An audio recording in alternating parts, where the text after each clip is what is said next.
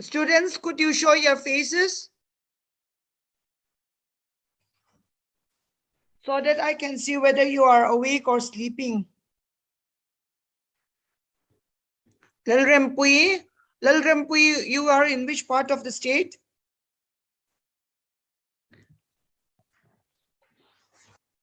Rempui, you are in which part of the state? Aizawl. Okay, fine. Where did you do your 11th and 12th? Mount Carmel, ma'am. Okay. So Remrod Fela, you are from Aizawl? Yes, miss. Okay, fine. Maria, where did you do your 11th and 12th?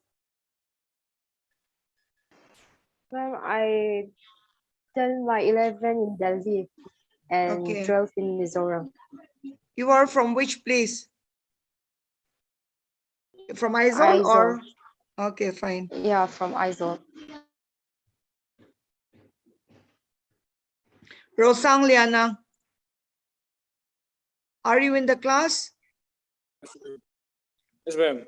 Okay, you are from which part of the state? From Aizawl or? Ma'am, I'm from Kozol, but I'm Okay, staying in Aizawl. Okay, you did your 11th and 12th from where? St. Paul's. Okay, very good. So should we wait for your friends? Only 33 of you had joined. Should we wait for 5 more minutes? Joel, show your face. Sarah, show your face. Ruthi, show your face. Michael, Lel Rinkimi, Mel Somkimi, Lel Rinkimi, Lel Ompuya, show your face.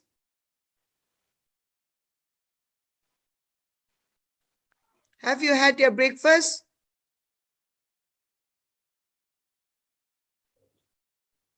Yes, Baby, miss. show your face. Benjamin, show your face. Rinzwala, Deepika Sharma, are you in the class? Yes, ma'am. Yeah, show your face. I want to see your beautiful faces and handsome faces. It will be like talking to the walls if you don't show your face. Baby, Sarah, Elrin Nungi, Tam Liani, all of you show your faces.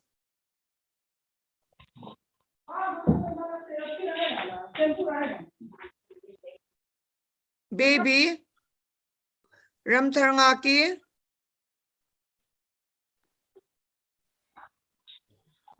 Jeffrey, Lelrimrati,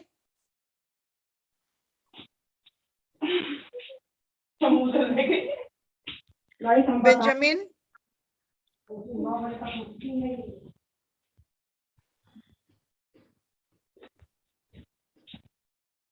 I think some of you are still sleepy. Am I right? So today's topic is going to be on what? Anyone has any idea? You have the routine? Do you have About the the routine for the nutrition. class? Today will be Yes, ma'am. okay, role of nutrition. So what do we know about nutrition? What do we mean by nutrition? Deepika, show your face.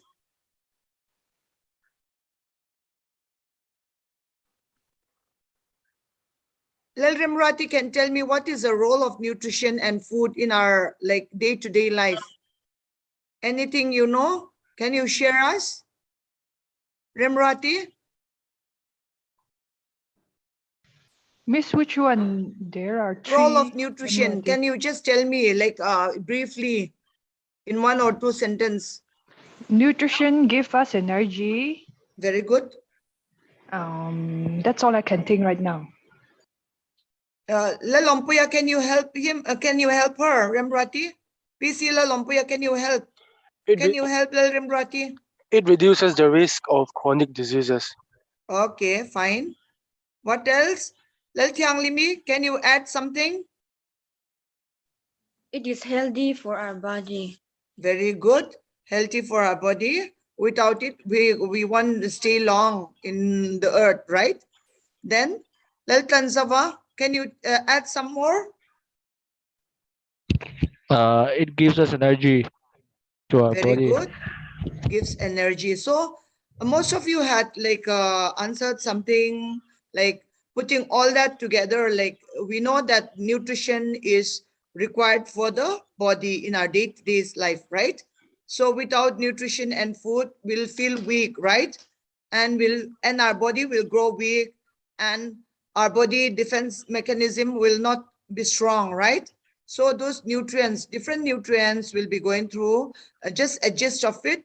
You'll be having a detailed class in biochemistry and other subjects later on, and in various subjects like in other clinical departments, the exact requirement, okay, exact requirement of the specific nutrients or the specific the food which is required for the child, like in a growing child age group. Then in obs gynae also, those pregnant ladies, lactating mothers, they have different and they have different role, okay.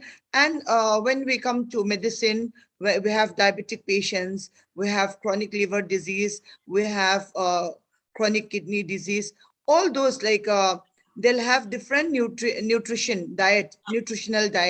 So as such, like nutrients, nutritions, it's required in our day-to-day life, right, to keep us strong. Without it, if we just live on water or just medicine, we won't be strong for a long time. Am I right? Try to live on water, only on water and some medicines. Will you be strong? Your body will feel weak, right? Am I right? Yes or no? Yes, ma'am. Yes, ma'am. Okay. So we'll go through a few slides and just a gist of everything. And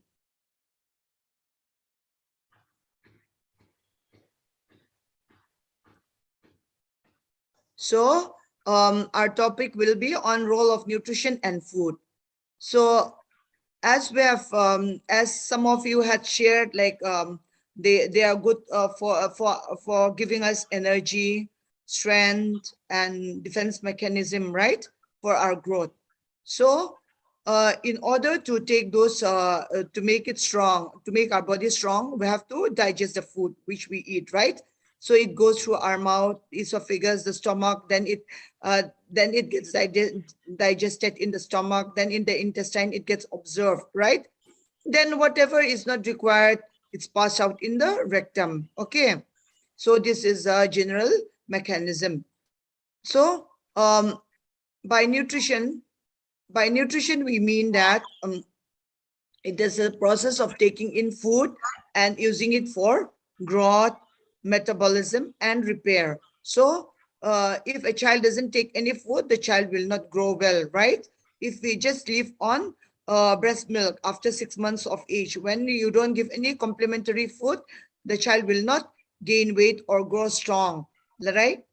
Then the metabolism will not be there, and the repairing of the whatever tissue which has been torn or which has been wounded won't be processed properly if you don't take proper nutrition, right?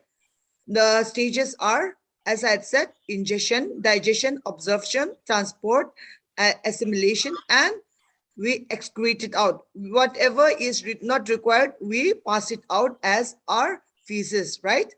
For in sick patients, how do we deliver the nutrients?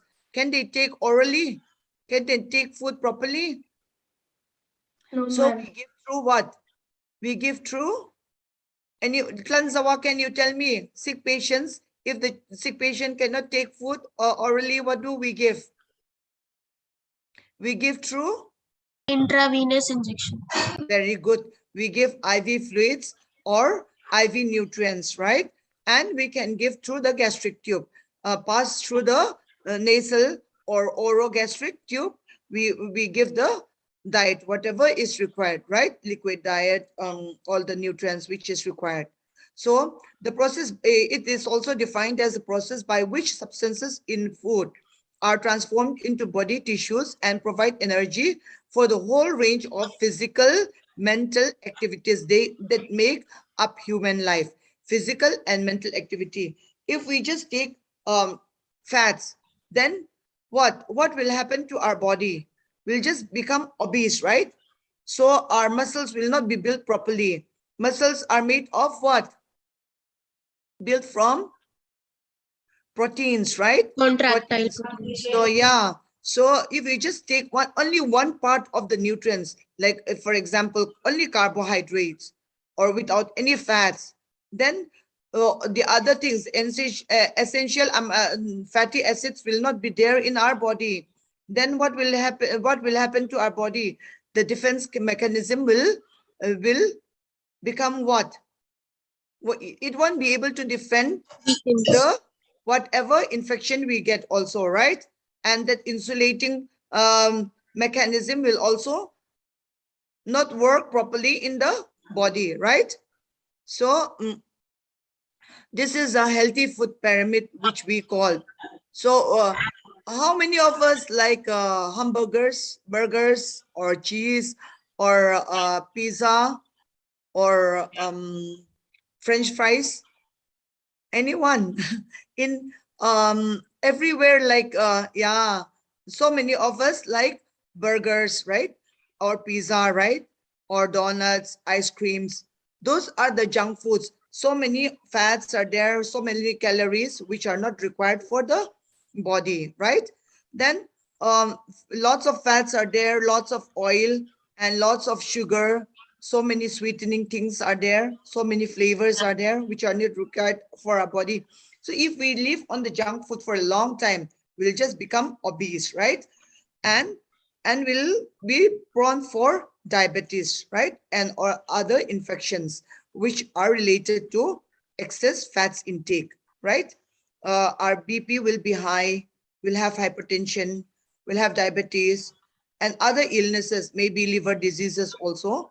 So basically 40% of our food contains what? The cereals, the bread, potato, pasta, bread, pastas, or cereals, or the cereals which we usually eat in this part of the country is rice, right?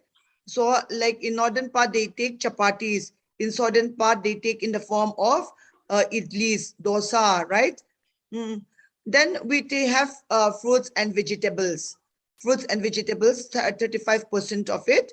Then meat, fish, milk, eggs, those proteins, proteinaceous food, 20% of it. And like as I had said, like the healthy pyramid is 50% of those junk foods, 5% of junk food, sorry.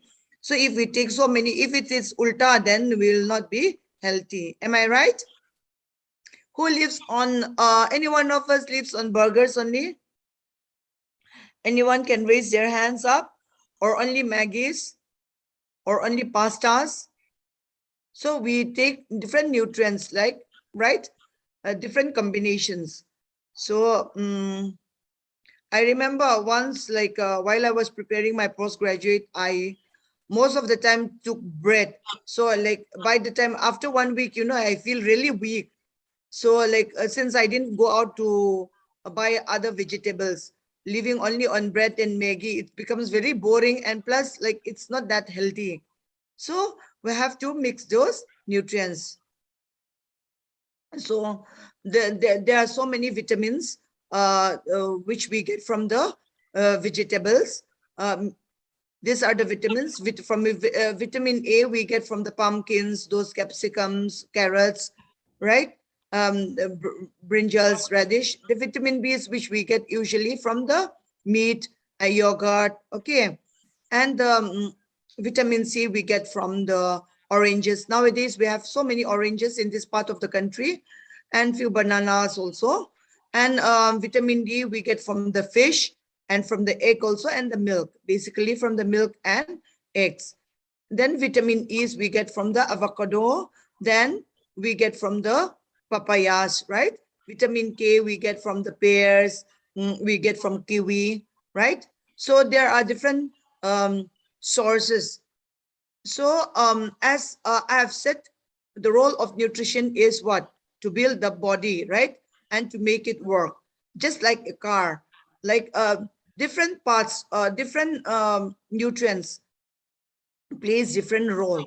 For example, for protein, it's like, you know, the body of the car. It's the body of our whole human body, you know, the structure to make the muscles, to make someone muscular, for an athletic or a person who is in the gym and who is trying to who is trying to become more muscular. They'll take lots of proteins, right? So like it's it's basically the body building nutrients, okay, the proteins. So high proteins food, as I had said, we have milk, fish, eggs, then we take meat also, and dairies, any dairy products, right?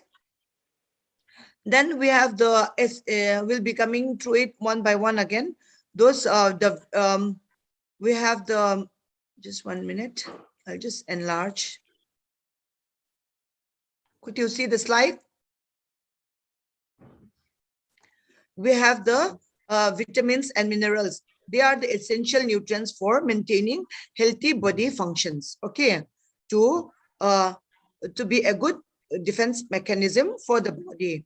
Then we have this is in order to make the car run, we need fuel, right? So the fuel will be the those vitamins and the minerals, and that will be the engine oil. Engine oil is there. Anyone who drives car or who knows something about car, someone can raise their hands. Come on. Okay, Zamliani. Okay, Vikash also drives car, right? So Vikash, can you tell me what all do you use to make in order to make the car work? Ma'am, first it is the fuel and then lubricating oil. Very good. So you need the lubricating oil, right? So we have the engine oil. So we have the vitamins and minerals in our body, which is essential for maintaining our body healthy, so that it can function healthily. Okay. Then as he had said, we have the oils also. We need the carbohydrates and fats that as essential nutrients to heat up and give us energy, right? So if we don't take fats and carbohydrates, we won't have enough energy to work, right? If we just live on vitamins and minerals in the form of tablets or vegetables, then we won't be strong enough, right? And without proteins, we won't have a good structure, right? So coming to the major role, as I said, they are the substances found in the body which drives the biological activity and are essential for the human body. So it's categorized into proteins, fats, carbohydrates. Carbohydrates, basically the sugar, dietary fibers. Then vitamins and minerals. All of them perform the vital function of the body. Okay. As I had said, they all build the body, building the muscles, bones, teeth, and the blood, whatever is required for the proper functioning. Then it produces energy, those power and heat, the carbohydrates and fats. And as I said, keeping the body in working order, we need the vitamins and the minerals. Okay. The proteins helps in building the muscles. Okay. Then the macronutrients, they are the macronutrients. Fats, carbohydrates, and proteins are the macronutrients. So we take in large amount, right? So coming to proteins, will the daily adult requirements for protein intake is 1.6 gram per kg body weight. Okay, per kg body weight. When you come to medical school, when you come to med school, you'll everything, like especially in pediatrics and also in adults, we have per kg body weight, okay, or body mass index. So it's very important. If a lean body takes so much of excess of proteins, then what he'll become very muscular, right? So like anything excess, it will come to what it can deform the body also, right? And if you take a lots of fats, you'll become very obese, right? So for everything we have per kg body weight. So it is the main constant of the body. As I said, it makes the muscles, internal organs, skins, and blood. Then without it, the body cannot keep it in a healthy state. There are 20 kinds of amino acids that make up the proteins, 9 of which are not synthesized in the body. So we call it as essential amino acids.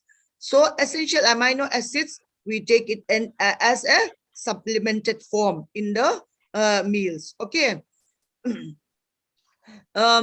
It's also been said that if we take proteins, the plant proteins, it reduces the chances of cancer and cardiovascular disease. Okay, and those related mortality from excess proteins from the meat and meat products. Okay, so plant source is more preferable.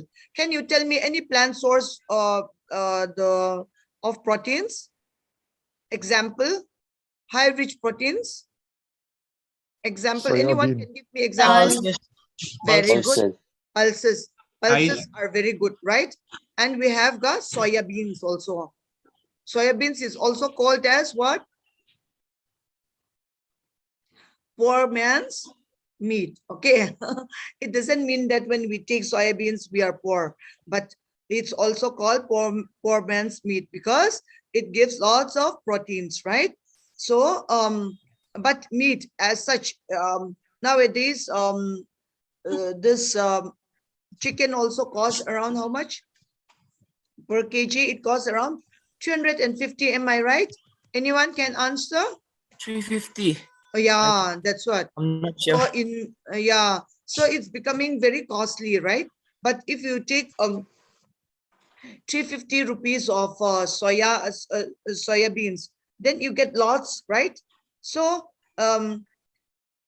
if you take so much of plant proteins, then you'll become more healthy rather than taking only meat proteins, right? You can I think all of us are. Any vegetarians in the batch? Any vegetarians? Vikash, are you vegetarian? Yes. Ma'am. Ma'am. Okay, Deepika is also vegetarian. So she must be taking lots of pulses, right? Am I right? Yes, Dal also. Who takes dal every day? Any one of you likes dal? Ma'am. Okay, so dal with roti. Okay, rajma with roti, right? So they are good sources of proteins. Okay, so you'll become more healthy than the maybe your other batch meats also. Okay, then coming to fats, carbohydrates. That is carbohydrates. Mainly we deal with the sugars. They are the body energy. It gives a power and heat, as gasoline gives the energy to go, right? For a car to go. So coming to fats,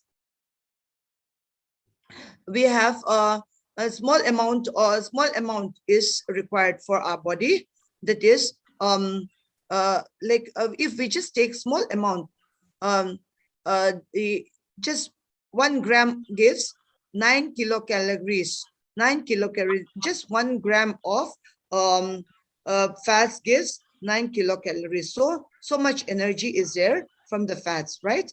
So we found those fatty portion fats from the fatty portion of the meat and the cooking oils, right? What are the cooking oils you can mention?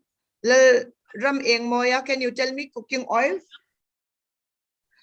Vegetable oil, mustard Very oil. good. What are the vegetable oils which we use?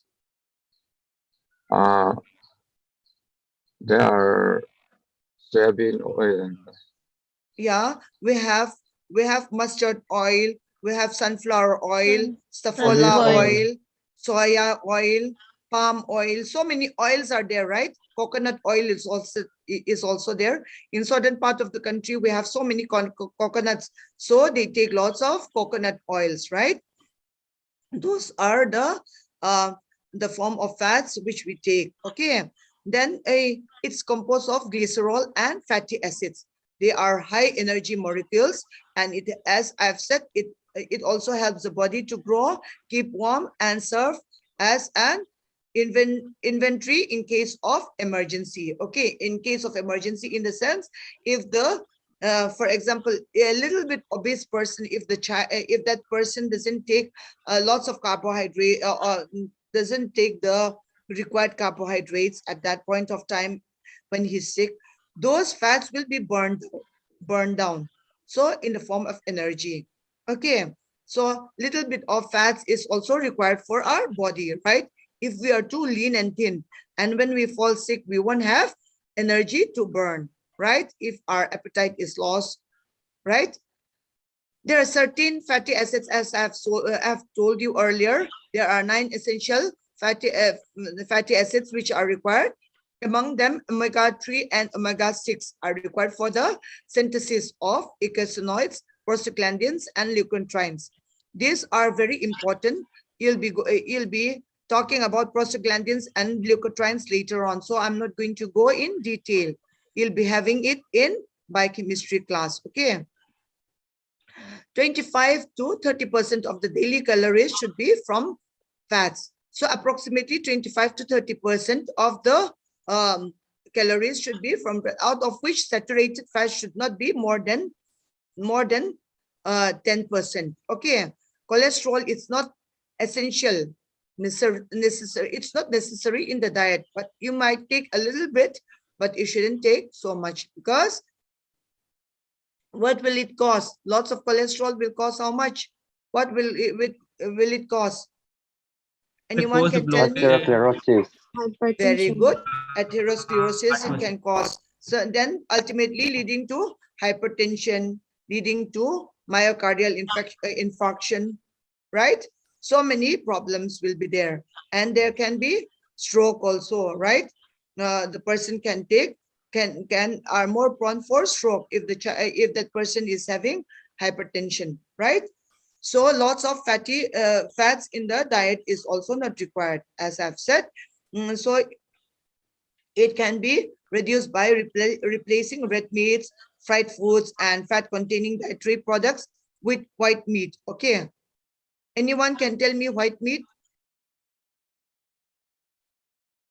Fish. Okay, very good. Then what else? Chicken. So your homework is, what is white meat? Okay. Then fat sources that are rich in monosaturated fats like olive oil, avocado oil, then nuts, those flaxseed oils. Those are the monosaturated fatty acids, which monosaturated fats which are good for our body. Okay.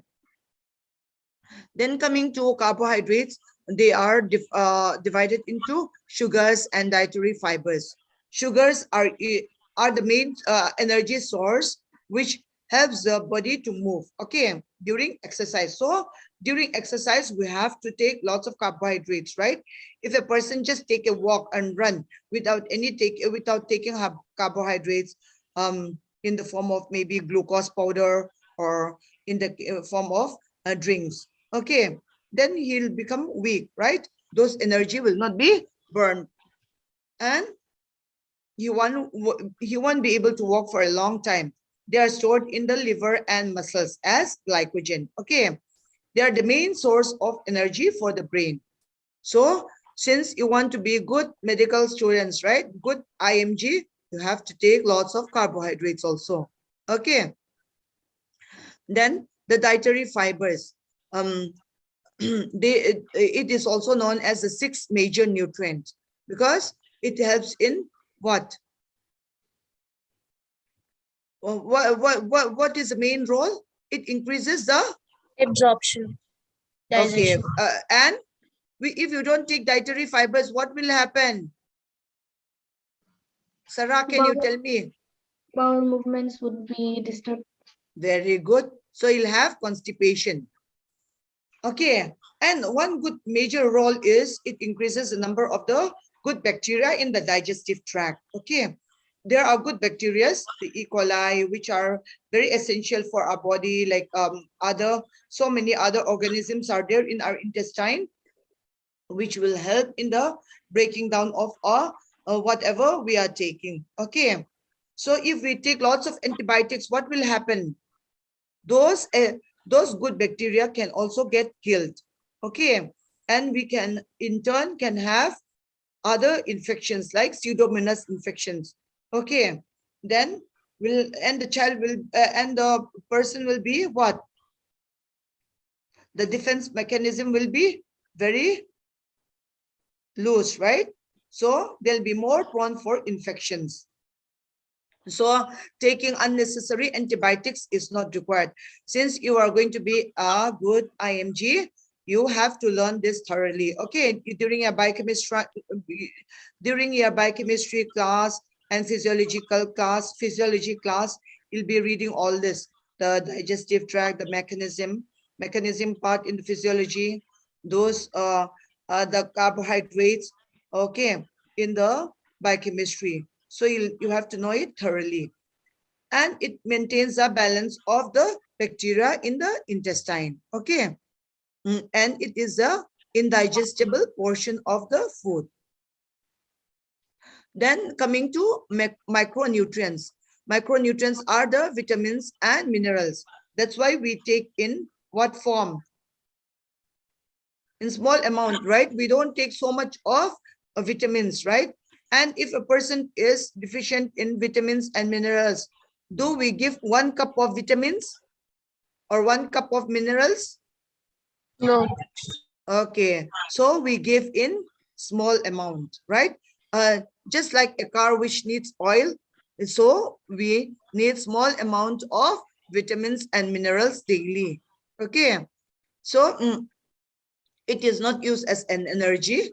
It helps in the breaking down and building up of proteins, fats, and sugars, and are essential nutrients for keeping the body healthy and in a good working condition.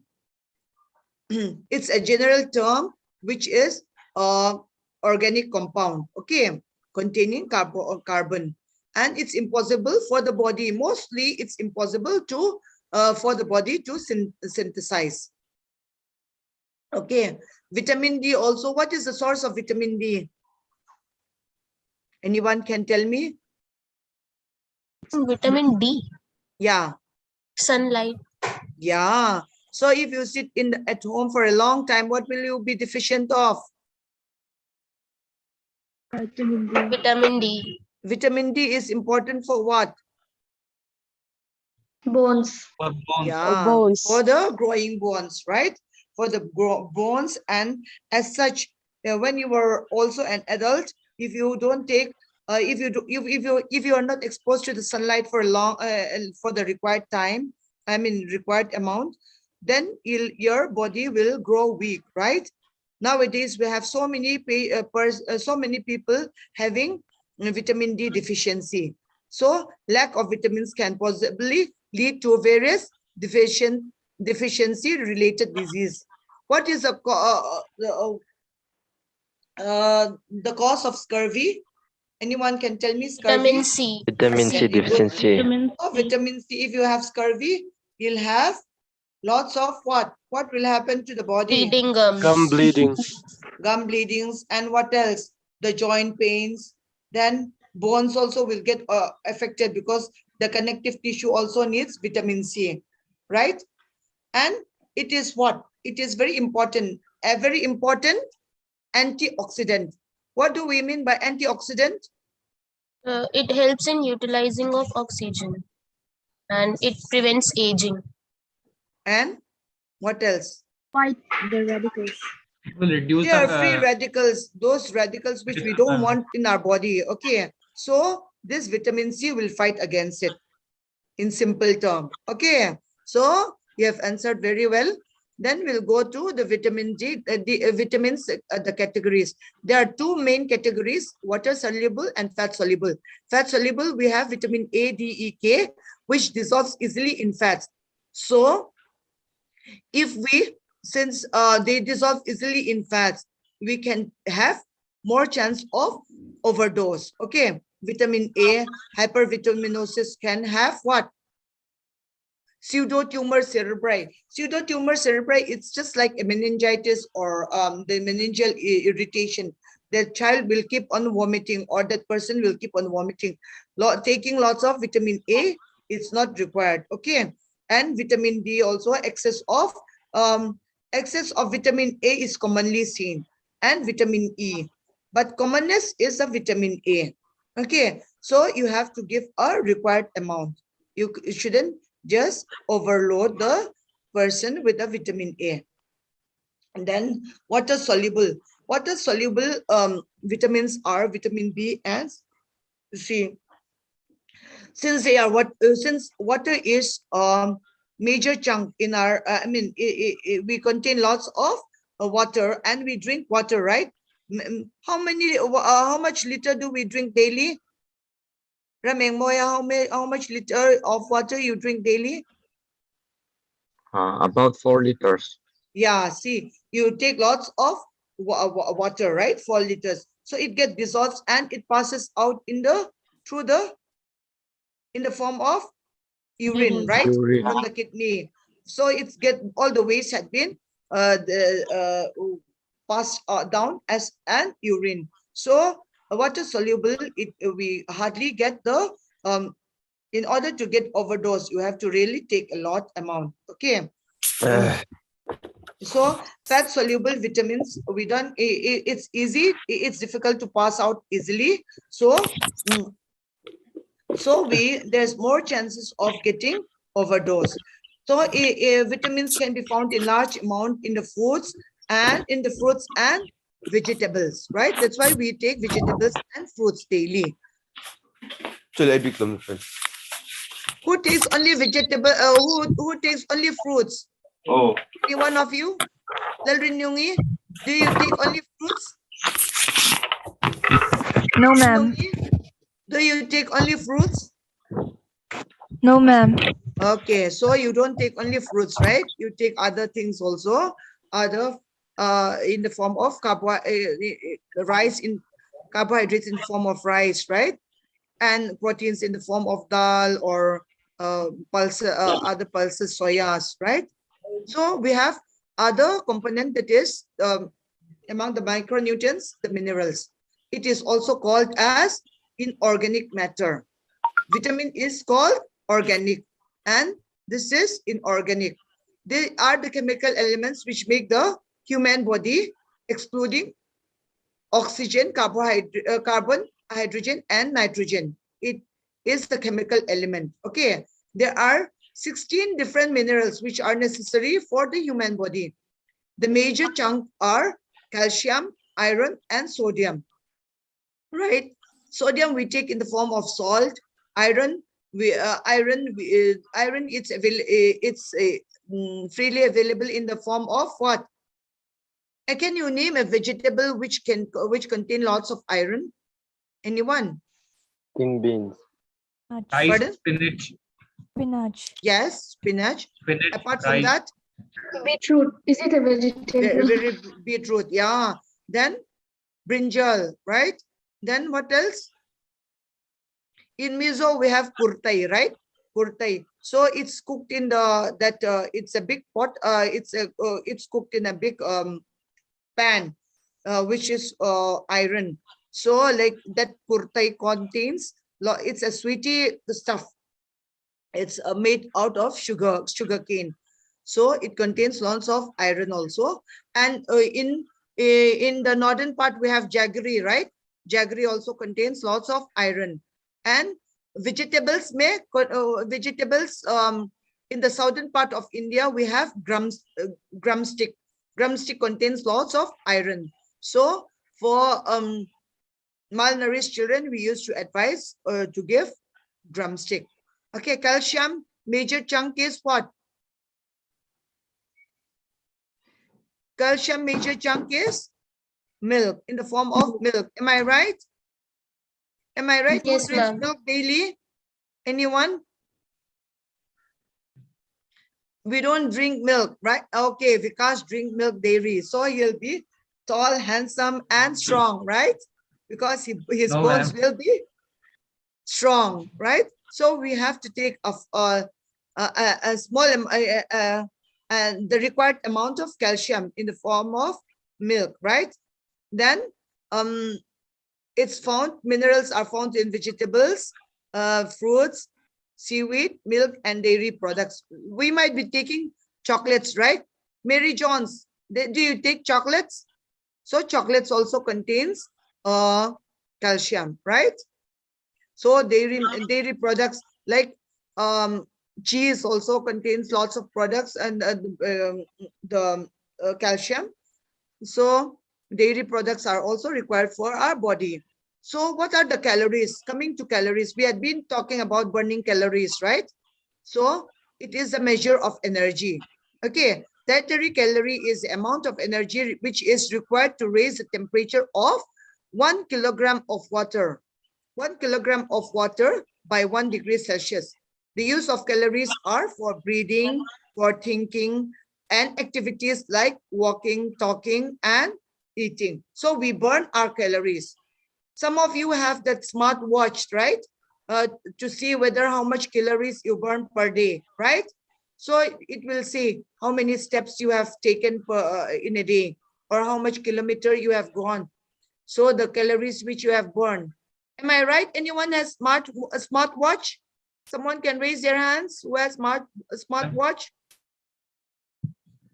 No one. Anyone is raising their hands? Smart watch? No one. Ma'am, I have. Okay, I, so how do you make use of it? To see how many? Calories we burn. Very good. And how many? What? Steps we take. Very good. So this is very important. Like if you keep track of how much calories you burn or how much distance you have walked in a day, then you'll be able to adjust yourself, right? Then if you eat so much of fats or whatever excess, then it will cause you weight gain, right? So then these are the calories requirements. From the carbohydrates, we have 45 to 65% of calories, then fats 25 to 35%, proteins 10 to 30% of calories. Okay. Then in children, in children, it's more specific, but grossly, I'll tell that for infants, they need 100 kilocalories per kg per day. Infants are less than 1 year. For 1 to 3 years, we have 80 kilocalories per kg per day. Then 4 to 5 years, we have 70 kilocalories per kg per day.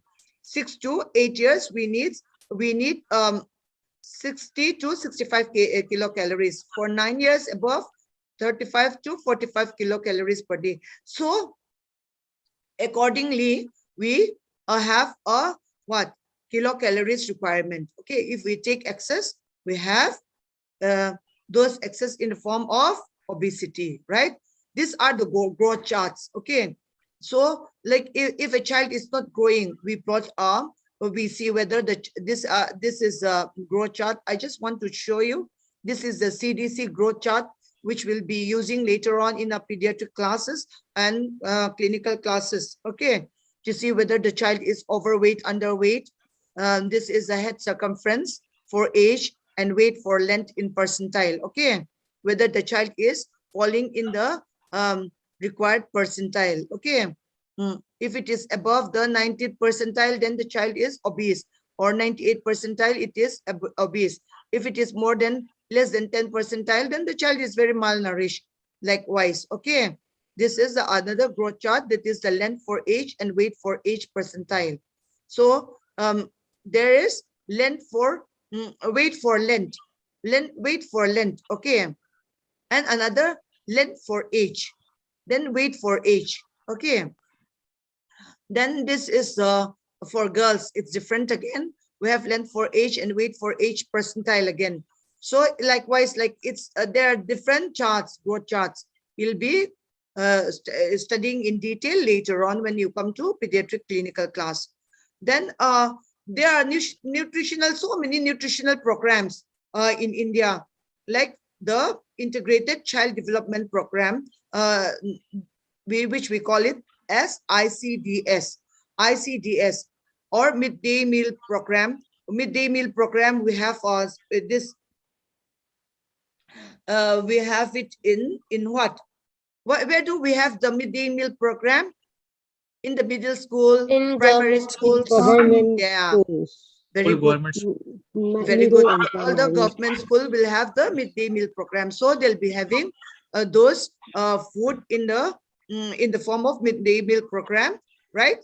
The required amount. Then integrated child development program. Under this is a very big program. The beneficiaries are the lactating, the pregnant ladies, the adolescent females, then the children, okay, below 5 years specifically. Then National Nutritional Anemia Prophylaxis Program. The beneficiaries are the adolescents and the pregnant ladies, the lactating mothers, okay. And National Iron Deficiency Disorder Control Program. So there are so many other programs. This will be dealing it in the community health, okay. Then this is the Integrated Child Development Program. As I said, the beneficiaries are the pregnant mothers, nursing mothers, and children less than 3 years, children between 3 to 6 years, below 6 years, adolescent girls. And it was launched on 2nd October 1975. So long time back, it had been launched, okay. And they had been revising it again and again. Then the daily recommended, since we have been talking about calorie intake, for adult males, we need 2,600 to 2,800 kilocalories per day. For adult females, we need 2,000 to 2,200 kilocalories. If you take excess, you'll have what? You'll have, Shatpui, what will happen if you take lots of calories? You'll be overnutrition, right? And it will come out in the form of obesity, right? And if it is imbalanced, if you take very less amount, you'll be undernourished, right? So you need a specific amount of calories intake. Then coming to the daily water requirement of the body on age, weight, sex, and air temperature. So approximately for men, we have from 19 to 30 years, we have 3.7 liter per day. Someone of you had said like 4 liters, that is 4 liters per day. So approximately you have taken, but if you have if you take so much, like more than 5 liters, then your body will be what? What will happen to your body? Over intake of water, what will happen? Dilute urine. Huh? It will Someone- impact on the Diabetes kidney. insipidus. Yes, very good. Then apart from that, so many nutrients and whatever you have taken will be washed out, right? And you'll get exhausted. So over intake of water is also not required if you are not taking exercise, okay? If you're doing exercise, if you lose lots of water in the form of sweat and urine, then it's different, okay? Then during winter season, we don't take so much exercises and we stay like and we conserve our energy, right? So taking lots of water, you'll keep on passing urine, right? And it will get washed off. So coming to pregnant women, nutrition plays a vital role in pregnancy, okay? And this body mass, as I've been talking about, the kg is the kilocalorie, the weight of the person is important.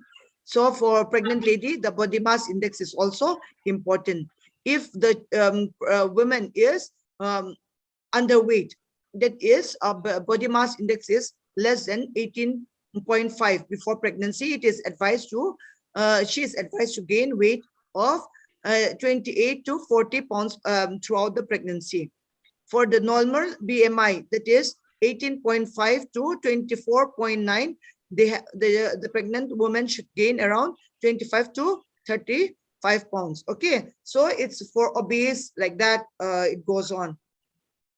So pregnant women do not need to increase their daily calories during the first trimester. In the second trimester, calories has to be increased, right? In the third trimester, they have to take more. So if a pregnant lady takes lots of kilocalories in the early part of the trimester, then it will just lead to obesity. She'll be very obese. Okay. Then and the vitamins also, like during the prenatal, that is before conceiving, before conception, the lady should be taking good vitamins, like it should be in sufficient amount. And then for first trimester, they have to take folate, which is around 400 microgram per day, and recommend of iron doubles, 30 milligram per day, to increase the blood production. Okay, this is during the pregnancy. And vitamin D, as I've said, the required amount is 600 IU per day, and calcium remains the same. So vitamin D's, it can be in it is counted as international unit, and calcium is as milligram. Okay, proteins also, the requirements increases from 0.8 gram per kg per day to 1.1 gram per kg per day. So these are the requirements, and fluid requirements increases 3 liters per day. Okay, it is 3 liter the pregnant lady should take. So coming to athlete, what happened? Any one of you plays game, like good athlete during your school time? Someone can tell me who is an athlete in your batch? Any one of you? Maria, what do you play?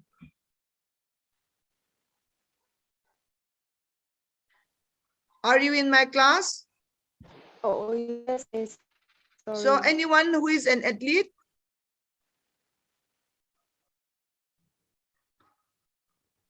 Ma'am, I play futsal. Okay, so you play futsal. So while playing futsal, what do you take with you? Do you take some amount of water or some energy drink with you? Water. Yeah, so you take water, right? You take excess of water than the usual dose you take, right? So you take maybe 1 or 2 liters along with you, or some energy drinks. Am I right? So as an athlete, you need a specific amount. You have to keep yourself hydrated.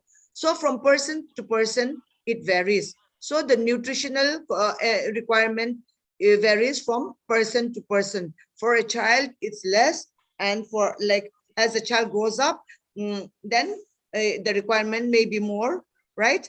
And during pregnancy and for an athlete, the requirement will be more. Any questions from your side? Anyone can ask. Miss, what is meant by calorie? Oh God. We'll go back to the slide again. Were you in my class?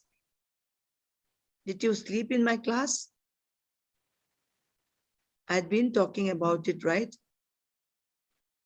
Just 1 minute for you to be more. I've been talking about it. Maybe I was too fast. Just 1 minute, okay? It's a unit of energy. Yeah, very good. Just 1 minute here. It is a measure of energy. Okay, this is a measure of energy. Okay, dietary calorie. It is a measure of energy. Dietary calorie is the amount of energy. This is the amount of energy required to raise the temperature. To raise the temperature of 1 kilogram of water by 1 degree Celsius. Okay. The calories which is required to raise the temperature of 1 kilogram of water by 1 degree Celsius. Okay, as I've said, it is used for breathing, thinking, activities, talking. Okay, so all the calories, we get it in the form of what? Fats. Rodi, can you tell me? Kilocalories we take in the form of fats, Himanshi, can you tell me? Carbohydrate, fats, Very good. and all the food Carbohy- sources. Very good. So, did I answer your question now?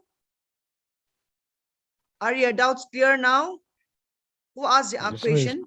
Yes, very good. So it is what? It is a measure of energy. Whatever energy you conserve or you burn, it is a measure of energy. Okay. So some one of you has that smartwatch, right? So she measures the calories she burns per day. Okay. Measure the energy she burned. Okay. Am I clear now? Am I clear?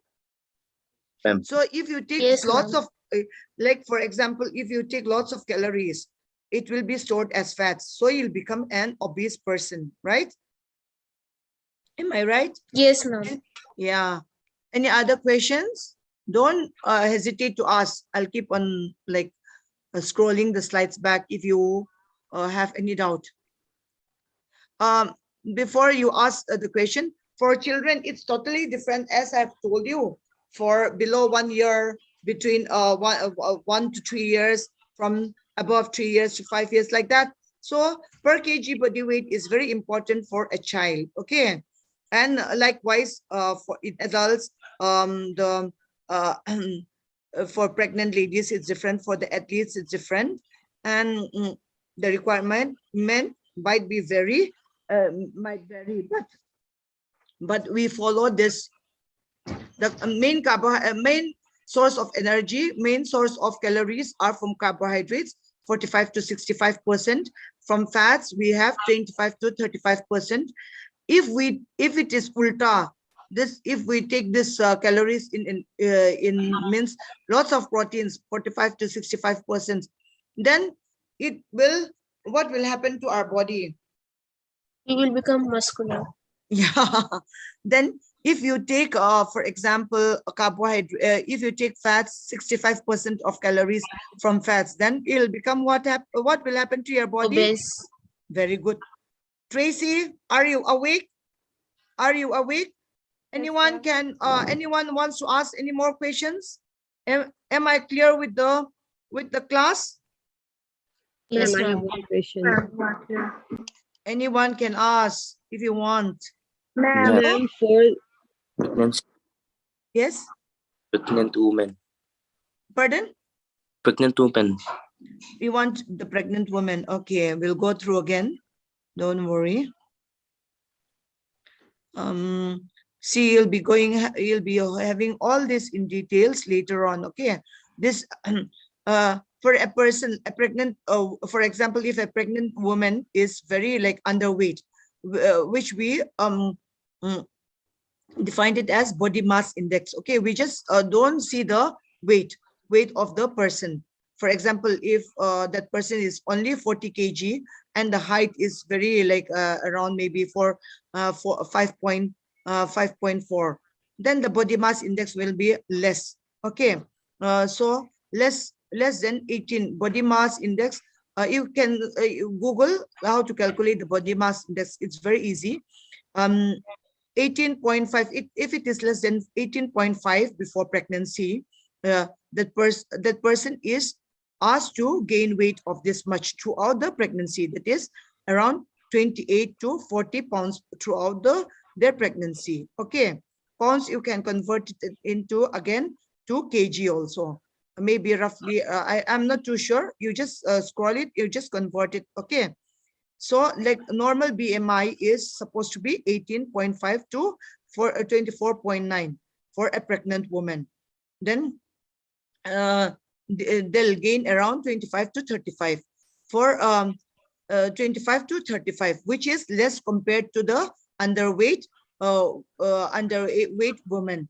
And for the overweight woman, that is around 25 to 29.9. She has to gain 15 to 25. Okay, for obese person, if that person is already obese, she didn't take lots of kilocalories. Okay, and in the early part, they don't need, in the first trimester, they don't need excess calories, but in the second part, they need extra kilocalories. Okay, In the third trimester, it's more. In the second trimester, 340. In the third trimester, 450 extra kilocalories. And this is the pre-pregnancy weight should gain.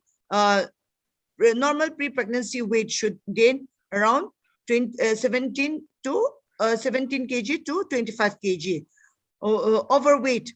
This is overweight for an obese person should gain this much. Okay. And if they gain so much in excess, then that person will be too obese and she'll have problem with the delivery. If a person is too obese, then they'll have problem with obese. Then, as I've said, those nutrients which are required, that's folic acid, vitamin D, are also required for a specific person. Okay. Is that all right? Yes. What is pre-pregnancy? Pre-pregnancy is before pregnancy. Okay. This is before pregnancy. Is that okay? I'll be having one more class on reflection. That time, if you have any doubts, you can ask me. Okay. Another class on Friday. We'll have a good, nice class and very interesting class. And you'll be, Sir Manoj will keep on talking, reflection writing. So I'll be having one more class on reflection. Okay. But till then, bye-bye. All the best. Stay safe. Thank you, ma'am. Bye. Have a nice day. Bye. Thank you.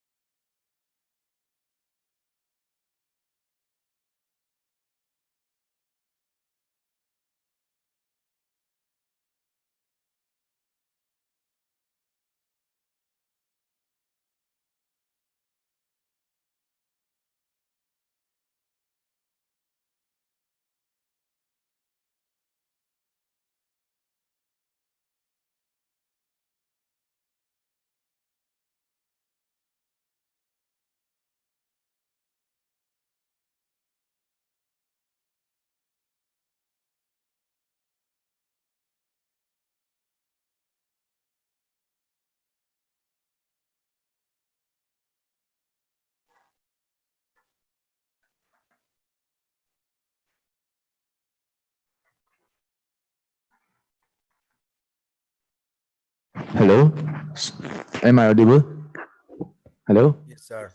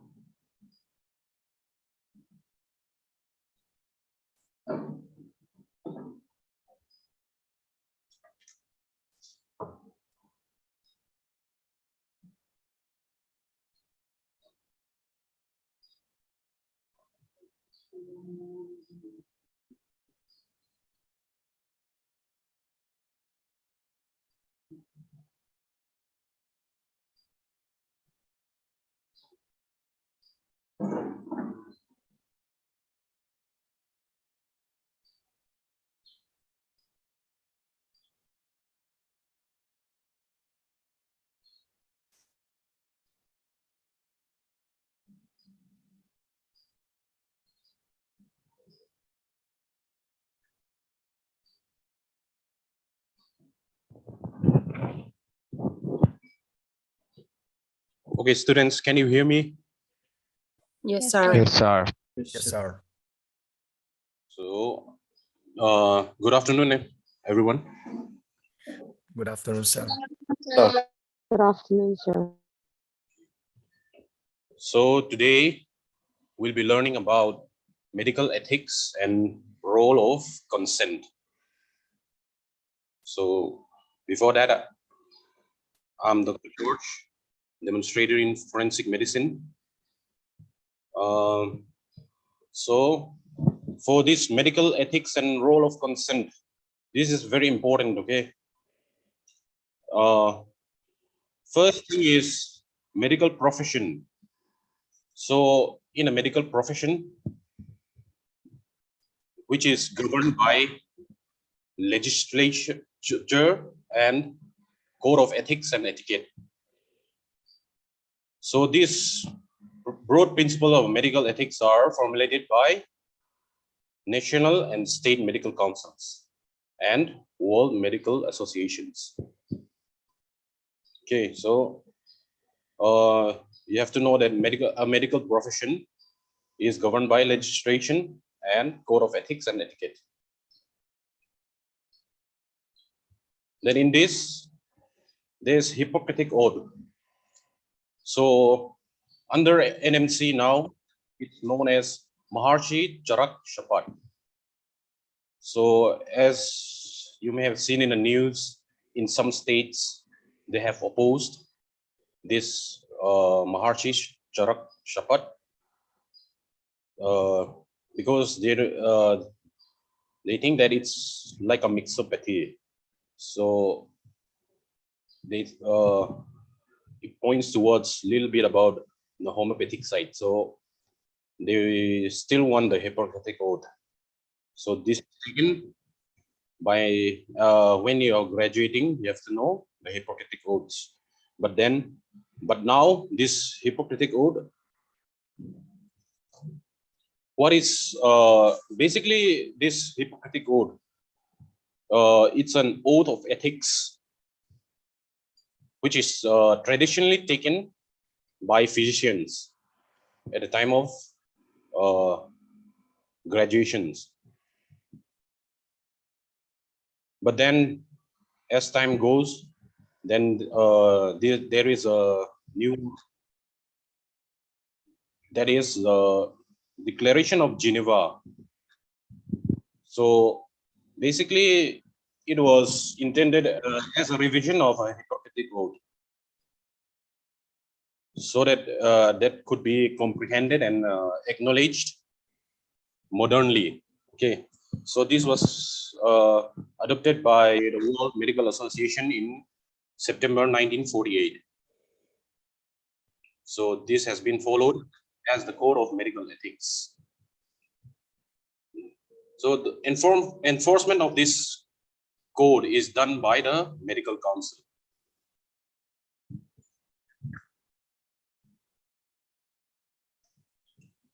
Then what is a medical ethics? So basically it deals with the moral principle which should guide the members of the medical profession in dealing with each other, patients and the state. So medical ethics, basically it guides a medical practitioner in their conduct in situations that can create conflict between their practice and their moral values. So as you all know, we expect doctors to behave responsibly and practice accountably. So this medical ethics, it guides a medical practitioner in their conducts. Okay. Then this medical ethics, basically it has 4 principles. The first thing is autonomy. So autonomy means that a patient has the right to decide for themselves what treatment they want. So they have the right to decide. Okay. So before any treatment, a doctor have to get an informed consent, which will be going in detail later on. And he has to maintain medical confidentiality. So medical ethics, it's not like a law. It's just the moral principle that you have to follow as you pass out and you work as a medical practitioner. So it's very important. So in autonomy, the patient will have the right to accept or decline a treatment. Then the next point is beneficence. So beneficence, basically it means a duty to do good. So our actions as a doctor should contribute or improve our patients' welfare. So the next is, which goes hand in hand with the beneficence, is non-maleficence. That means maleficence, basically it means to do no harm. So in non-maleficence, it's the responsibility of a doctor to never bring harm or suffering to their patient. But then this can be, as I've told you, this goes hand in hand with beneficence.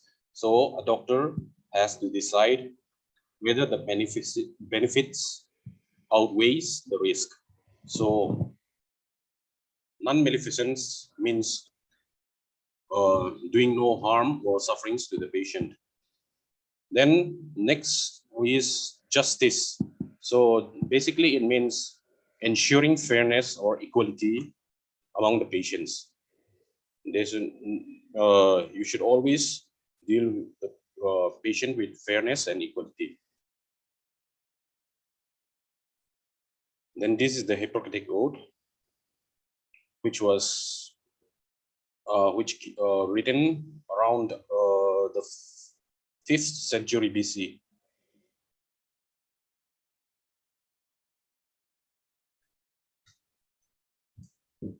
Then this Declaration of Geneva. So during the white coat ceremony, like for graduation, you have to keep in mind that you should always act according to this declaration. It's not like a law, but how you should guide yourself while you're practicing medicine. Okay. So in this declaration, the first is I solemnly pledge myself to consecrate my life to the service of humanity. The next, I will give my teachers the respect and gratitude which is their due. Then I will practice my profession with conscience and dignity. Then the health and well-being of my patient will be my first consideration. I will respect the secrets which are confided in me even after the patient has died.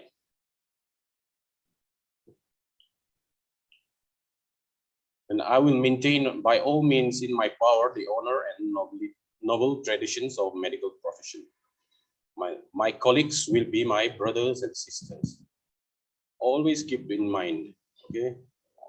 Then I will not permit consideration of religion, nationality, race, party politics, or social standing to intervene between my duty and my patient.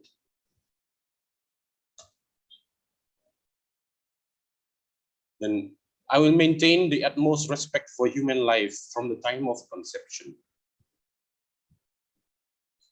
Then even under threat, I will not use my medical knowledge contrary to the laws of humanity.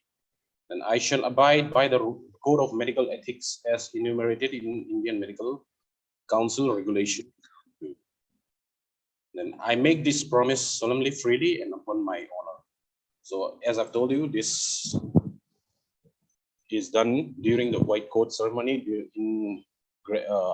when you graduate or graduation ceremony. So there are some unethical acts that you must never do. So the first thing is advertising. So a doctor should not solicit patient directly or indirectly, meaning should not try to obtain or get patient directly or indirectly. Then use his name to invite attention to his profession. Then give recommendation or endorsement with respect of any drug, surgical, or therapeutic. Then print, sell, photograph, or any such material of publicity. So these are all. Okay. Then, but there are some exceptions in advertising. So a press release can be made in case of starting or resumption or change of type of practice. Then when you're changing your address, then you can do a press release. Then temporary absence from duty. Then succeeding to another practice. Then public declaration of charges. So these all we can do in a press release. The next point is patent and copyrights. So a doctor can patent surgical instrument, appliances, procedures, or medicines. But you must remember that it shall be unethical if the general population cannot get its benefit. So if it doesn't benefit the general population, so you cannot patent or get a copyright for that.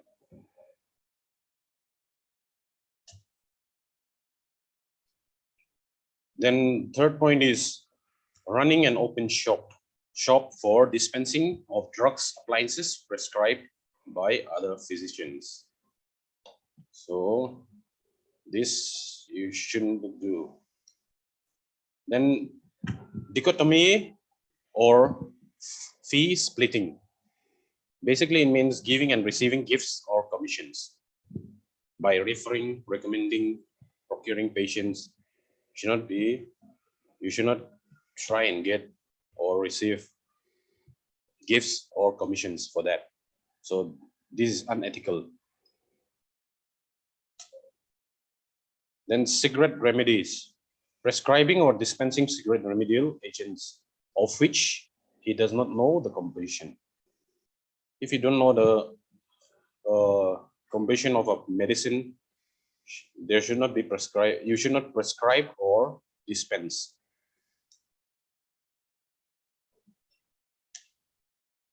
The next point is human rights. So a medical practitioner should not aid or abet, that means assist in torture, or be a party to either inflicting a physiological or physical trauma to any person.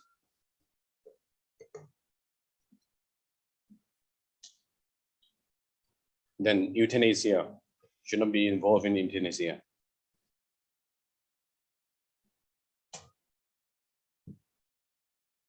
The next point is pharmaceutical and allied health sector industry. So from this pharmaceutical companies, you should not be receiving gifts, monetary grants, travel facilities, hotel accommodations, vacations. So this is unethical of a medical practitioner. So you must never do that. Then coming to the role of consent. So first thing you have to know in a consent, what role of consent, you have to know what is a consent. So a consent means voluntary agreement, compliance, or permission. So for this to be legally valid, it must be given after the patient fully understands what he is given and what are the risk factors, okay, involved. So it consent doesn't not only mean voluntary agreement just like that, but for it to be legally valid, so he must fully understand. So basically it means while taking a consent, you should try to do it in a simple language so that the patient can understand you, so that he will give you a voluntary agreement or permission. So there are two types of consent. First is implied. So in implied, for example, a patient goes to a doctor in an OPD. So that's an to get examined. So that's an implied consent. Or when a patient holds out his arm for an injection, so that's an implied consent. You don't have to get a written or a verbal consent for that. So that's implied consent. Then next is express consent. In this, there are two types. First is verbal and next is written. So while taking a verbal consent, there should always be a third party. That means, for example, a nurse should be present while taking a verbal consent. But preferably, it should be a written consent. So this will be in the next one. There is an informed consent. So before taking doing an operation or any procedure, a doctor should inform the patient regarding the diagnosis, then nature of the treatment or procedure, then what are the risk factors involved, Then you should inform them about the prospect of success. Then prognosis if procedure is not performed. Basically, it means if they don't do the operation, what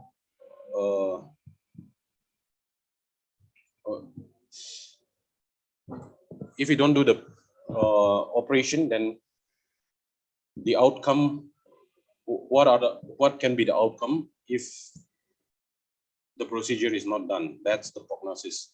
So then alternative methods of treatment. So basically it means you should always give alternative treatment. That means they should have a choice. So that's alternative method of treatment. So an informed consent is very important. Then the rules of consent.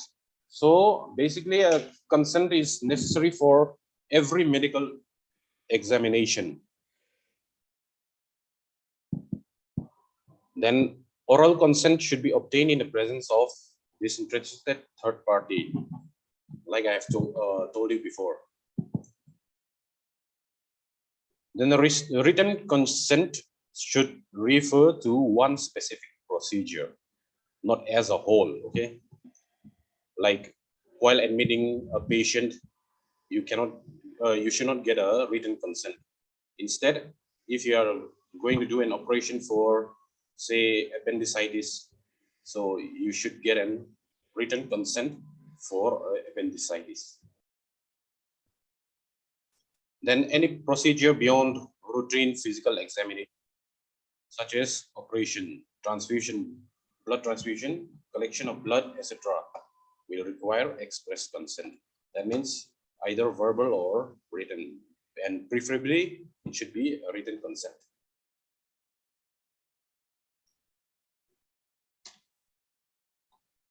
Then it's the duty of a doctor to explain the object of the examination to the patient, and the patient should be informed that findings will be included in the medical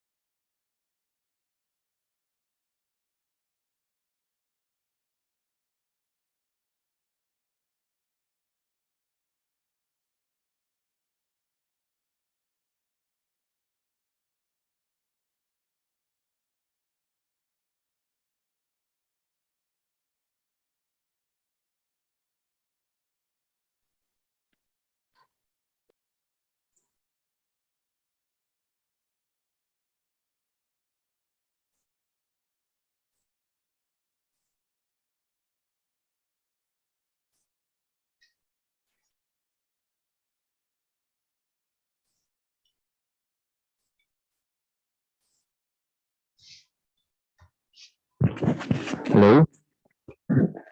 Can you hear me, students? Am I audible? Yes, sir. Yes, sir. Sir.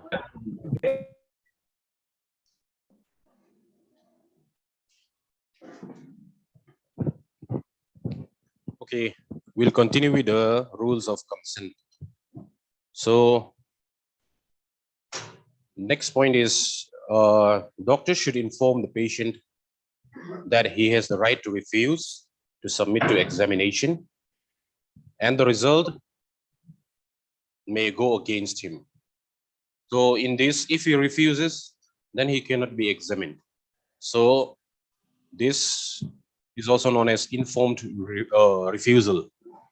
So, we should always remember that the patient has the right to refuse to submit to examination.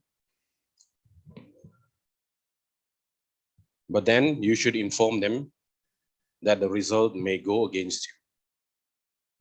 So, but still, if he refuses, then he cannot be examined, still cannot be examined, okay?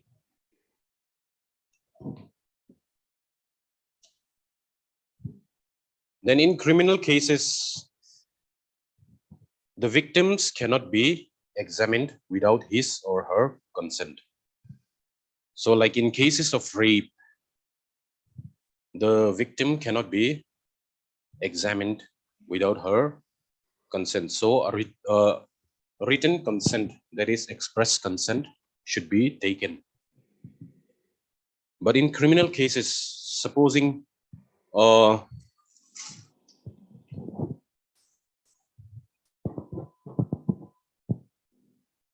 person is charged with a crime for committing an offense, then there is a reason, maybe a reason to believe that the examination of the person will provide evidence of the commission of the offense. Then the registered medical practitioner can examine such a person using reasonable force. But we must remember that if the examination is requested by a police officer not below rank of sub-inspector, and in cases of female, then preferably it should be a female medical practitioner who examines it.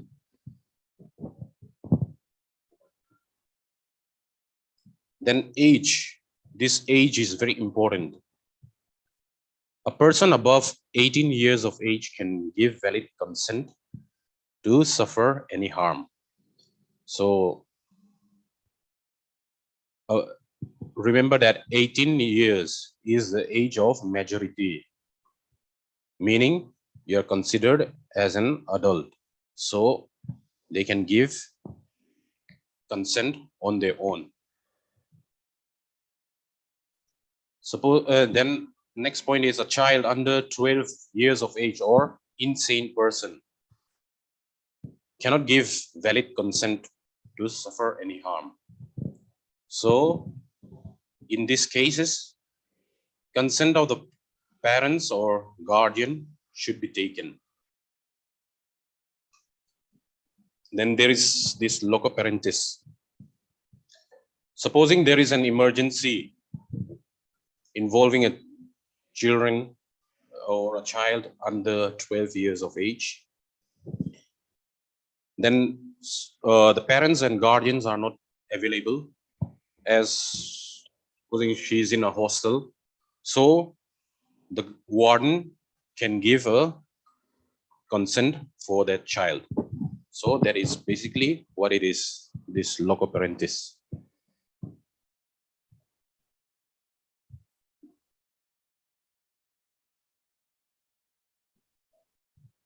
Then remember, a consent given by a person under fear of injury or due to misunderstanding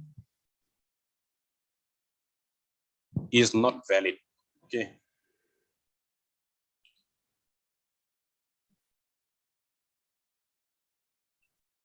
Then exception to this, there is in cases of emergency like head injury, and you have to do decompression or surgery.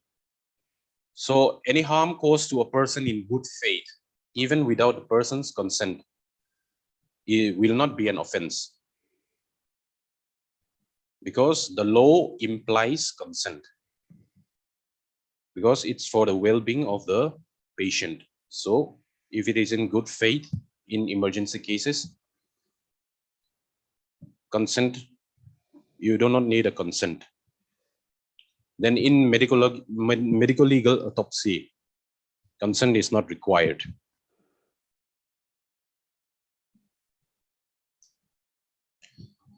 So consent is invalid if it is not an informed consent. Then if it is given for a criminal committing a crime or an illegal act, such as criminal abortion. So in these cases, consent is invalid.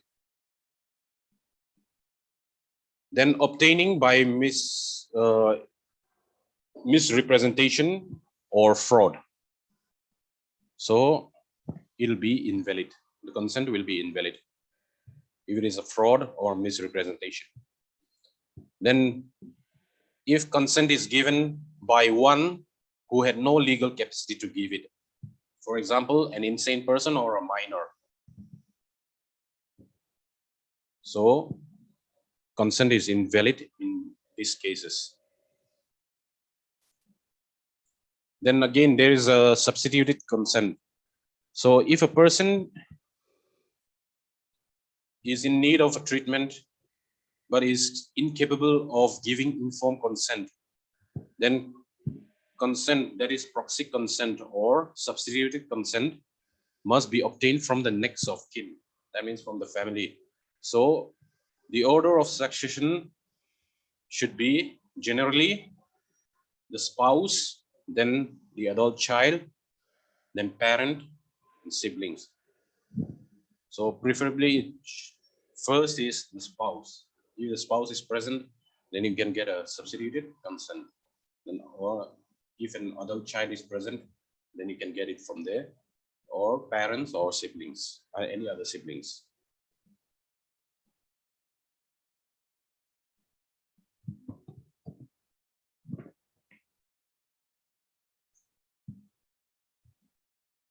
Then to conclude this, the role of consent. So consent is must for any type of treatment or medical procedure. So preferably it should be in written, and it should always be an informed consent. Then consent is a must for medical legal examination, except in some with some certain exceptions. So medical ethics and role of, we conclude with this role of consent. Remember that it's not like a law that you, but it's what guides you to become a better medical practitioner. And if you don't abide by these guidelines, then you can get into trouble. So you should always maintain the medical ethics and always get a consent. Remember, and remember that a written consent or informed consent is always preferable. So we conclude this class with that. So thank you all. Thank you, sir. Thank you, sir. Thank you, sir. Thank you, sir. Thank you, sir. Thank you, sir. Thank you, sir.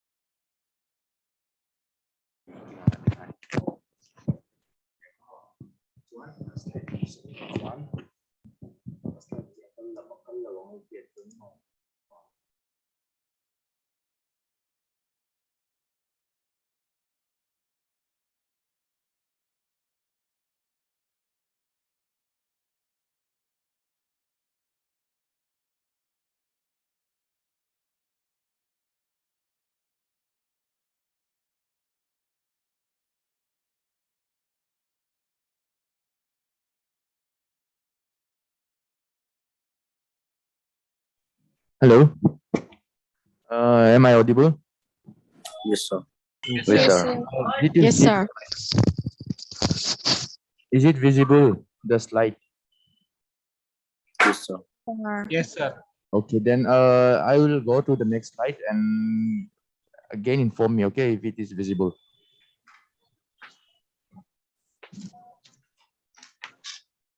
Is it? Did you see next slide? Did you see the next slide that I just pressed? No, sir. Yes, sir.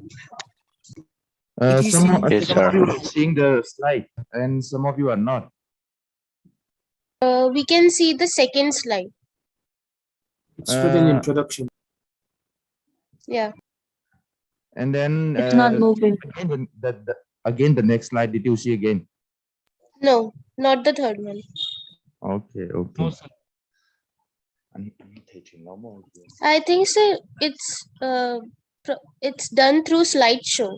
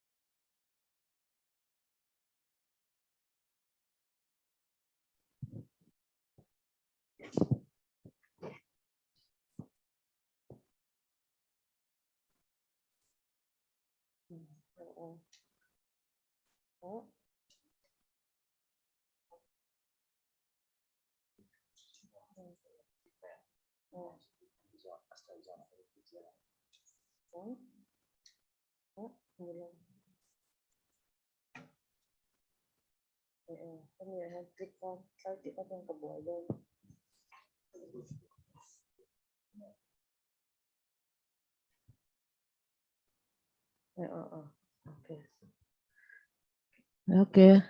Good afternoon, everyone. Afternoon, ma'am. Afternoon, ma'am. Good afternoon, ma'am. Afternoon, Hello, ma'am. ma'am. I'm Dr. Lalrin Pui Chongtu from Community Medicine. Today I'll be taking the class of healthcare system and its deliveries and Ayush. I hope everybody's been to a hospital. Yes. Yes, ma'am. Yes, ma'am. Like, do you know if it's a public health center or is it a hospital or is it a community health center where you have been? Do you know? All of them. No, ma'am. Okay, so today we'll learn about the healthcare system. Okay, how is the system in India? The challenge that exists today in many countries is to reach the whole population with adequate healthcare services and to ensure their utilization. And the healthcare system services are designed to meet the needs of the community with the available resources and knowledge. Okay, the healthcare system is intended to deliver the health care services. It constitutes the management section and involves the organizational matters. So in India, it is presented in 5 major sectors. As you can see, in India, healthcare system is presented by 5 major sectors: public sector, private sector, indigenous system of medicine, which is Ayush, voluntary health agencies, and national health programs. So in public health sector, we have the PHC subcenters, which are located in the villages, and primary health centers are also located in the villages. And then we have the hospitals and the health centers, which consists of the community health center, otherwise called as CHC. And we have the rural health hospitals. And then we have the district hospital, which are located in the district capital. And then we have the specialized hospitals and the teaching hospitals, such as our hospitals at MC. And then we have the health insurance schemes like the employee state insurance, central government health schemes, and others like defense services and railway services also we have. These are all in the public sector. And by private sector, I hope you all know that this includes all the private hospitals, polyclinics, nursing houses, nursing homes, and then the general practitioners and their clinics. And in the indigenous system of medicine, we have the Ayush, which we will be talking about later. And then we have the voluntary health agencies. In India, we have the Indian Red Cross and the Indian Council of Child Welfare. And then we have international agencies like Ford Foundation Care, which you will read later in the community medicine. And then we have different national health programs also, which you will study later in detail. Okay. So today we will concentrate on the public sector.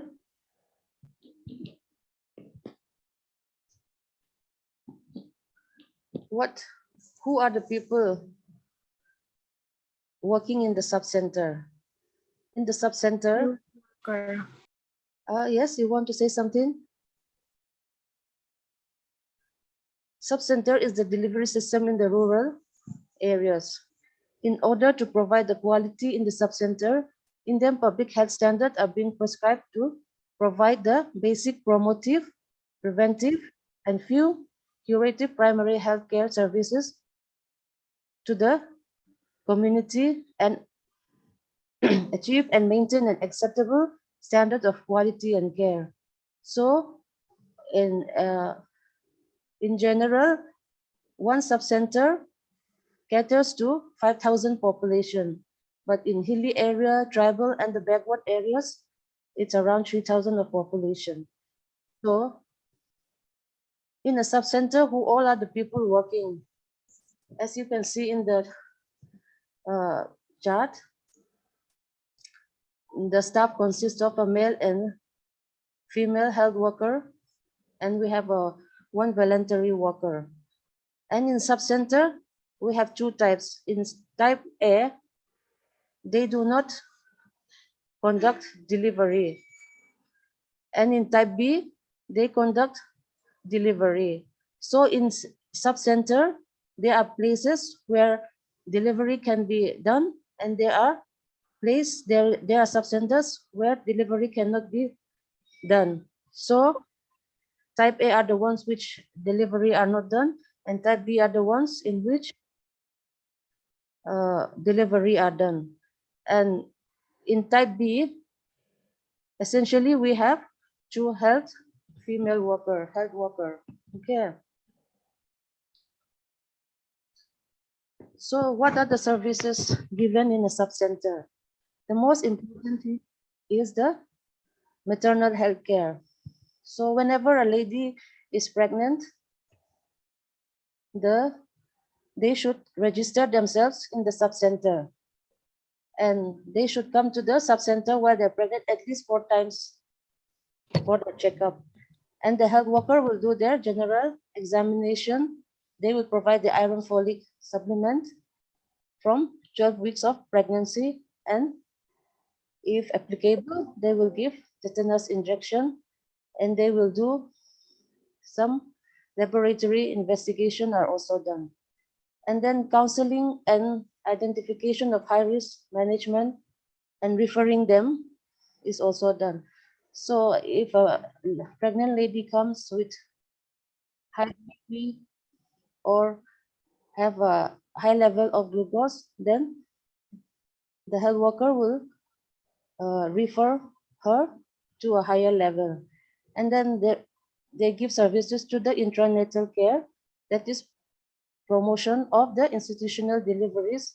This will be applicable only in the type B subcenter where deliveries are done. Skilled attendance at home delivery can also be done when they are called upon. And when there is any risk factor during delivery, then they can refer it to the higher center also. Then they give the postnatal care, that is called PNC, that is initiation of the breastfeeding within 1 hour of birth, and ensure that postnatal home visits are done, and counseling on diet and rest and hygiene contraception and are also given to the mother. This is very important counseling. Ma'am, by delivery, do you mean giving birth? Huh? By delivery, do you mean giving birth? In the Yeah, giving birth. Yeah. Delivery means giving birth. The baby can be born in the subcenter. Okay.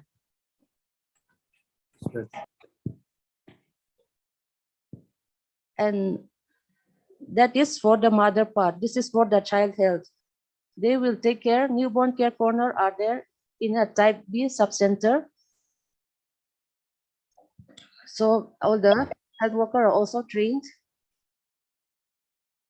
for a newborn care. And they will give an exclusive breastfeeding up to the age of 6 months. And then there are advice on what else to give. They give advice what other nutrition to give, food to give after they are 6 months, after they reach the age of 6 months. Okay. Then they assess the growth and development of the infants and children below 6 years of age. And immunization, that is giving vaccine. You know what is the meaning of immunization? Yes, ma'am. Is giving vaccines, different vaccines. Like passive or active immunity. Yes. Passive immunization. Yeah. Like vaccines and all that. Yeah. Immunization are also given in the subcenter. Okay. And all the records of their growth and development, their weight, their height are recorded. They have the chart, they have the paper in which it is recorded. Okay. Then vitamin A prophylaxis is also given to children. Do you know anything about vitamin A prophylaxis? No, ma'am. Okay, you will be reading about that and just go through it wherever you can. Just see vitamin A prophylaxis. Why is it important? Why we are giving? Okay. Then prevention of control of childhood diseases like malnutrition, infection, ARI, and diarrhea, fever, anemia are also done. Then tracking of all infants and children. They have in the subcenter a tracking book in which all the progress of the infants and children below 5 years are written. Okay, then they will see if they have taken the full immunization, and if they haven't taken, they will go to the parents and tell them, counsel them to take the vaccine. Okay.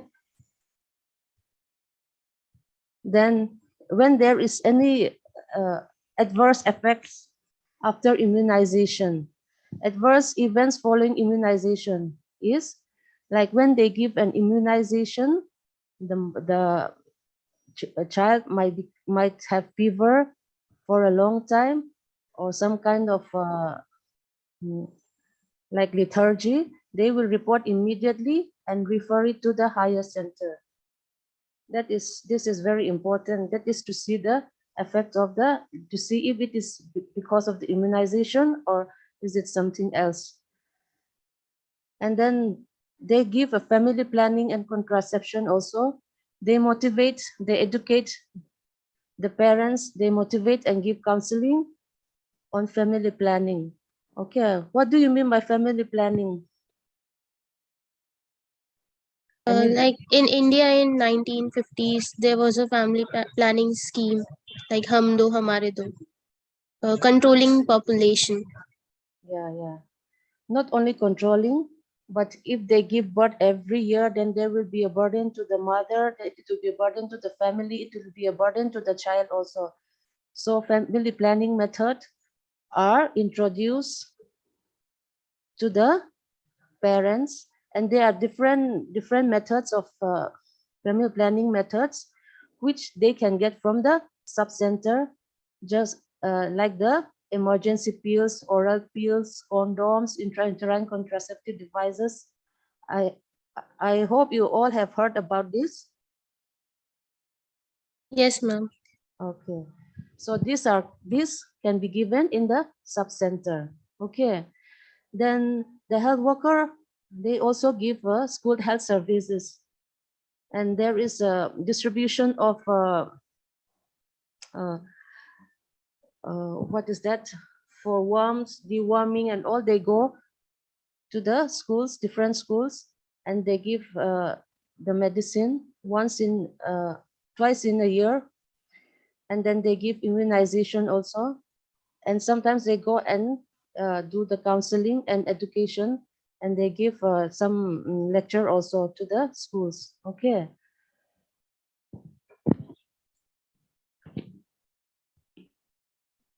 That is, it's written here. Staff of the sub-center, they provide assistance to school health services as a member of team. And if there is a safe abortion services also, if there is if a lady have an abortion, what do you mean by abortion? Termination of pregnancy. Termination. Okay, it may be due to different reasons, and they might come to the sub-center. So the health worker will give advice, and the mother will be either referred, or she might not need referral also. Okay, then they can come for some curative services like minor ailments, like if they have stomach ache, or if they have some minor injury, they can do some stitching also. And for some, if they have diarrhea, they can give ORS also. And they can provide the first aid to animal bite cases also, like the wound care. And if they're like in snake bite, and they will do the first aid first, and then they will refer to the higher center. And adolescent healthcare is also given. Education, counseling, and referral, if needed, is also there done. And the control of local endemic disease is also there. They can give advice. And for water and sanitation, disinfection of drinking water sources and promotion of sanitation can also be done by the health worker. What is the, anybody knows what is the easiest way of disinfection of drinking water? Cholera. Anybody? Boiling. Typhoid. Easiest The way of bacteria and all. Chlorination. Dengue.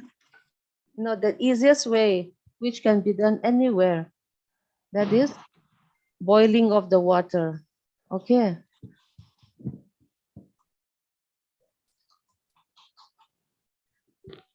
Then there is the Village and Health Nutrition Day, which is organized at least once in a month in each village. And they talk about the health and nutrition of an adult or a child. Then they can they also do the home visits, house-to-house survey, community level interaction, and then they coordinate the services with an Anganwadi worker. Do you know an Anganwadi center? Yes, Yes, ma'am.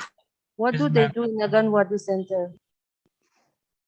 Provide nutrition for children also.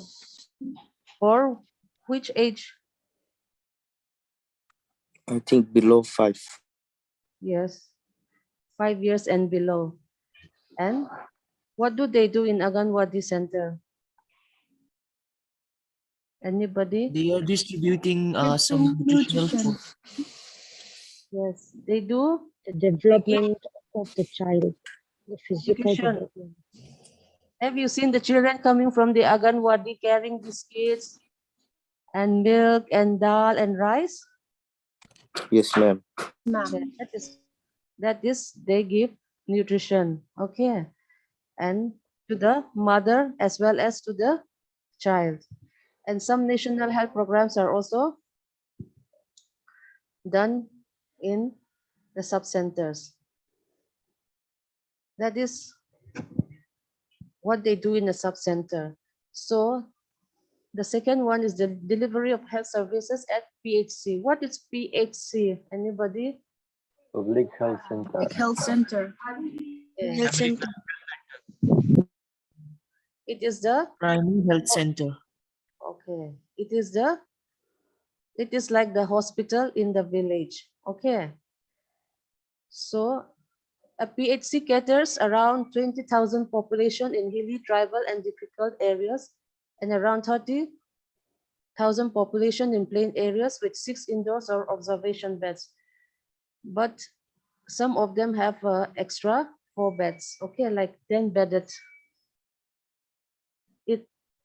See from the sub-center, they can refer to the PHC. Okay, so a PHC has around 6 sub-centers. It may be more, it may be less also according to the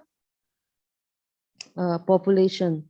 Okay, and the PHC also have been classified into 2 types depending upon the delivery load, like in the sub-center.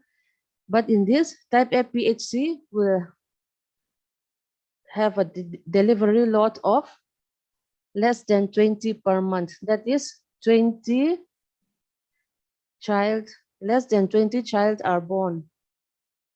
And in type A.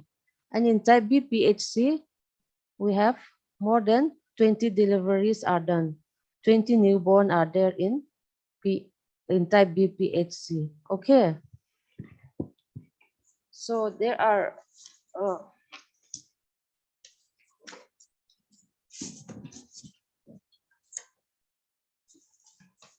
so do you understand like type A PHC and type B PHC, type A subcenter, type B subcenter? Yes, ma'am. Yes, It ma'am. is divided according to the deliveries. Okay. Delivery means baby born in the institute. So in PHC, what is the manpower? Can you see the slide? So Yes, ma'am. PHC, we have the medical officer, that is an MBBS or any postgraduate can be there. So you can see in type A, we have 1 medical officer and 1 medical officer of Ayush. Then we have the accountant cum data operator.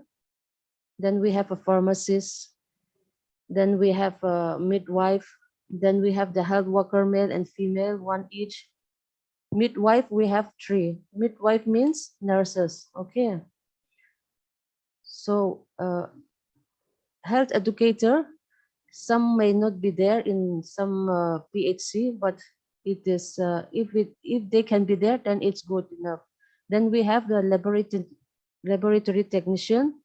Then we have the cold chain and logistic vaccine assistant, at least 1. Then we have the group D, 2, and sanitary worker cum watchman, 1. So total of 13 in type A, and in type B we have 14. In type B we have 14 because in type A we have 3 nurses, and in type B we have 4 nurses. So these are the people working in a PHC, the manpower. So what are the services we see in the PHC. So in PHC, we have OPD services. What is OPD? Outpatient Outpatient department. department. Okay, it's like the clinic. Okay, it's like the hospital. So 6 hours of OPD is to be run 6 days in a week, 4 hours in the morning and 2 hours in the afternoon, with a minimum attendance of 40 patients per doctor per day.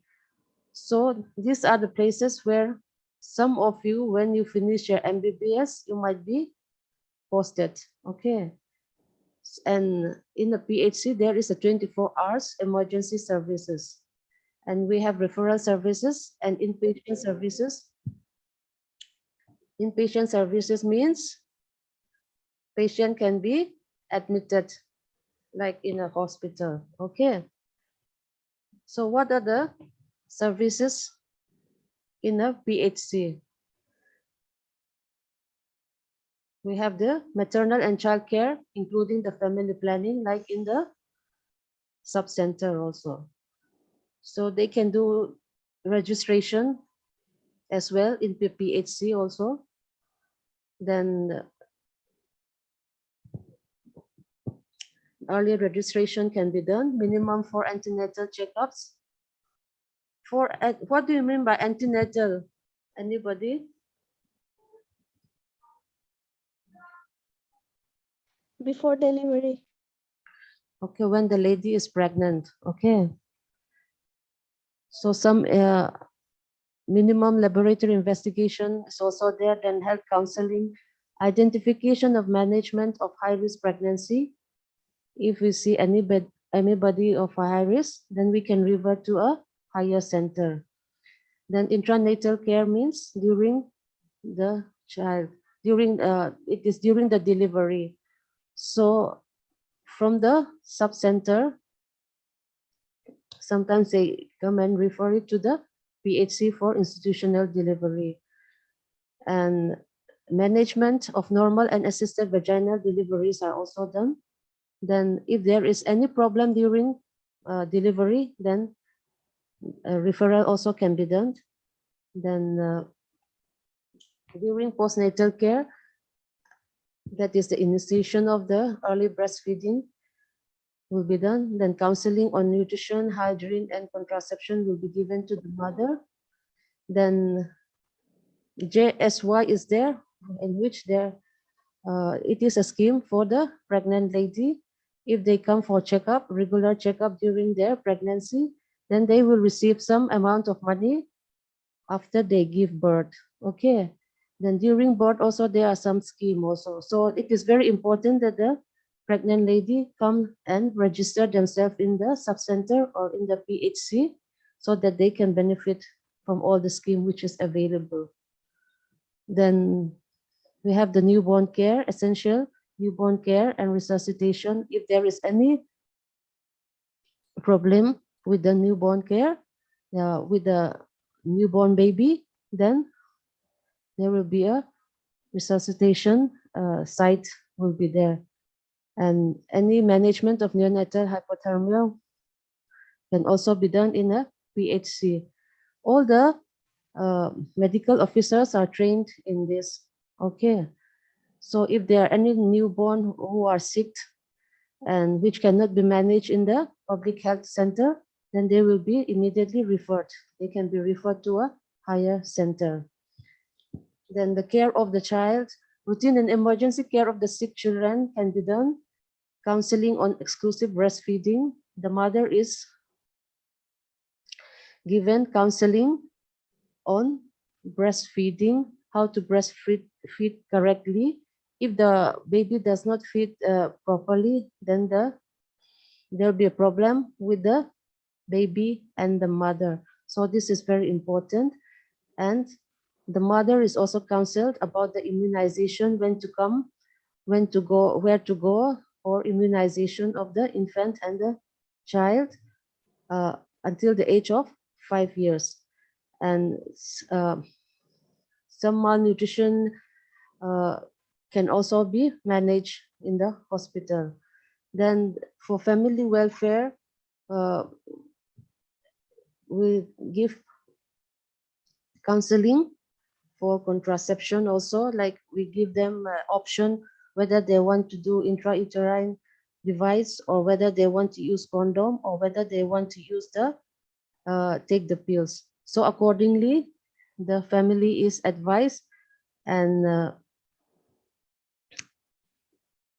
counseling is done. And if there is any abortion, like we can refer it to the higher center. The nutrition services according to the ICDS also can be done. And the doctor, sometimes they go to the schools for school health also. You can see, you can read that school health teachers screen students on a continuous basis. And the health worker, they go and visit the school and once in every week, one school every week for treatment of minor ailments and screening. And the doctor from the PHC and the CHC also visit one school per week based on the screening reports submitted by the teams. So the health worker, they go first to the school. They will screen the students, and if there are any problem, then the doctor will go there and screen, and if they need to be referred to a higher center, they refer them. And if they can be treated there, then they will give the treatment there. Then adolescent health care is also done in the PHC, and at least there should be adolescent friendly clinics 2 hours once a week on a fixed day. Then promotion of safe drinking water and basic sanitation was also given, and some prevention and control of locally endemic diseases are also done. Like in Mizoram, malaria is common, so we give counseling to the patients, also those who come to the patients who come to the OPD on how to prevent malaria. And then there is a collection and report of the vital events, any events that happened, like if there are more than more cases of malaria in the area, those are recorded and reported, and accordingly actions are taken. Then health education and behavioral changes communication are also done. Then there are many national health programs in the PHC level also, which can be done, and these are also implemented there. You will learn more about this national health programs when you come to the department. We will not go into detail about this. And now we have the CHC. CHC, what do you mean by CHC? Community health center. Okay. So have you ever, anyone, have you ever been to a community health center? Anybody? Ma'am. Anybody has been to a community health center? Community health center is a little bit bigger than the PHC, and the population it covers it is around 80,000 to 1.2 lakhs. Okay. So in CHC, we have the general medicine, pediatrician, surgeon, obstetrician, gynecologist, that is, and we have 51 paramedical and other staff. So it is CHC is equipped with a 30-bedded hospital with OT, X-ray lab, laboratory room, and labor room. Okay. It serves as a referral center for PHC and also provide facilities for obstetric care and specialized consultation. So as you can see, the manpower in a community health center, according to the IPHS standards in 2012, you can see the staffing from the chart. We have the block medical officer or the medical superintendent. Then we have the public health specialist, then public health nurses. We have a general surgeon, one each of general surgeon, physician, gynecologist, pediatrician, anesthetist. What do you mean by pediatrician? Anybody? Children's doctor. Child doctor. Yes. A child specialist. Okay, up to which age? Up to 12 years of age. Okay. Okay, then we have the dental surgeon also. And the general medical duty officer, we have 2, then Ayush also. So the services are more than the PHC, as you can see in the chart. And it caters more population than the PHC. Then we have the nurses and the paramedical staff. We have staff nurses, pharmacists, lab technician, radiographer. What do you mean by radiographer? Anybody? For X-rays and all I think that. MRI, X-rays, CT scans. worker for the X-rays and all that. Yeah, yeah. Those sometimes we call them as X-ray technician. Okay. Then because CHC they have an OT, so we have an OT technician and community-based rehabilitation worker and the counselor also we have. And sometimes they have this Ayush pharmacist because Ayush the medicine is different, so they have to dispense the medicine in a different way. Ma'am, what is OT? OT is operation theater. Okay. Yes, ma'am. Then we have the staffing, administrative staff in CHC like the registration clerk, data entry operator, accounting assistant, administrative assistant. And then we have the Group D staff. Group D staff are also in different category like the dresser, the ward boy, and the driver. So what are the services we see in CHC, Community Health Center? Because Community Health Center are equipped with specialists, so there can be the outpatient and inpatient services are a little bit different from the PHC. So there will be a OPD of the medicine, surgery, gynae, pediatrician, dental, and Ayush.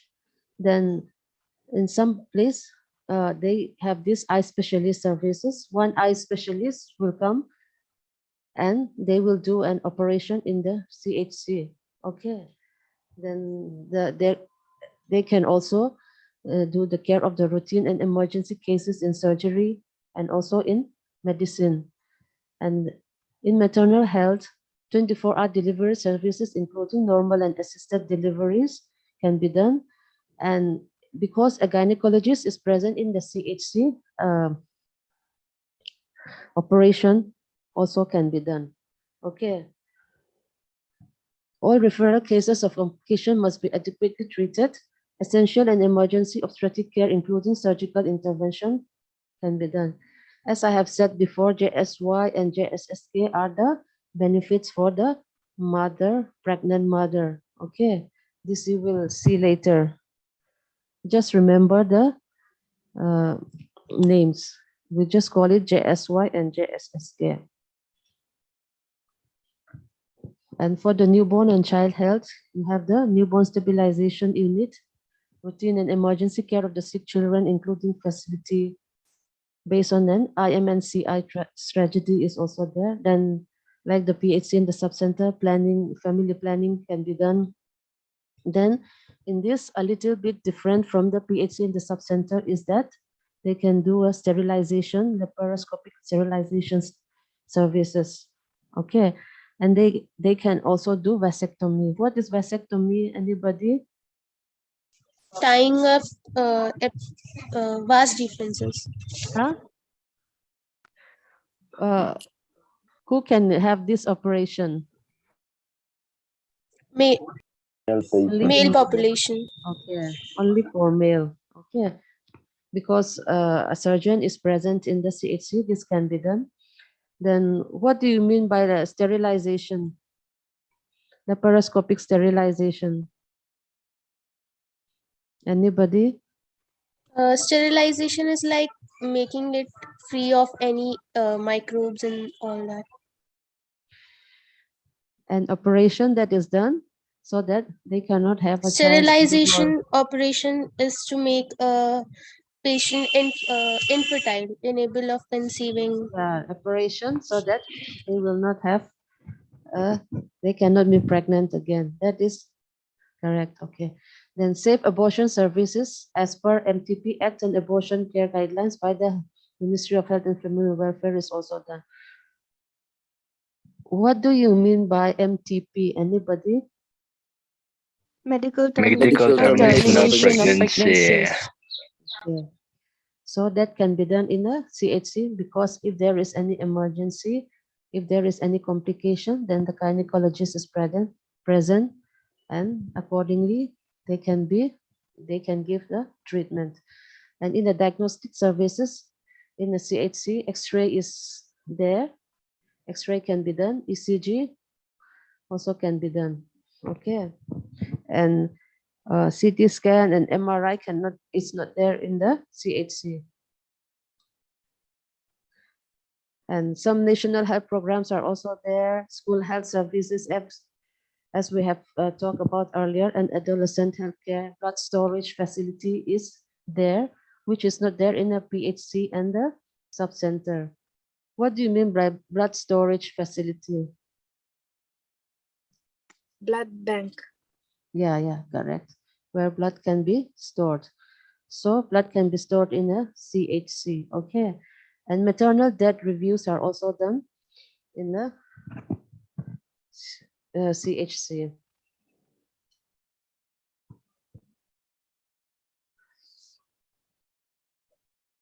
This will not go. Okay. That is all for that is the important points for the public health sector. Okay, what are the district administration in Mizoram? We will see.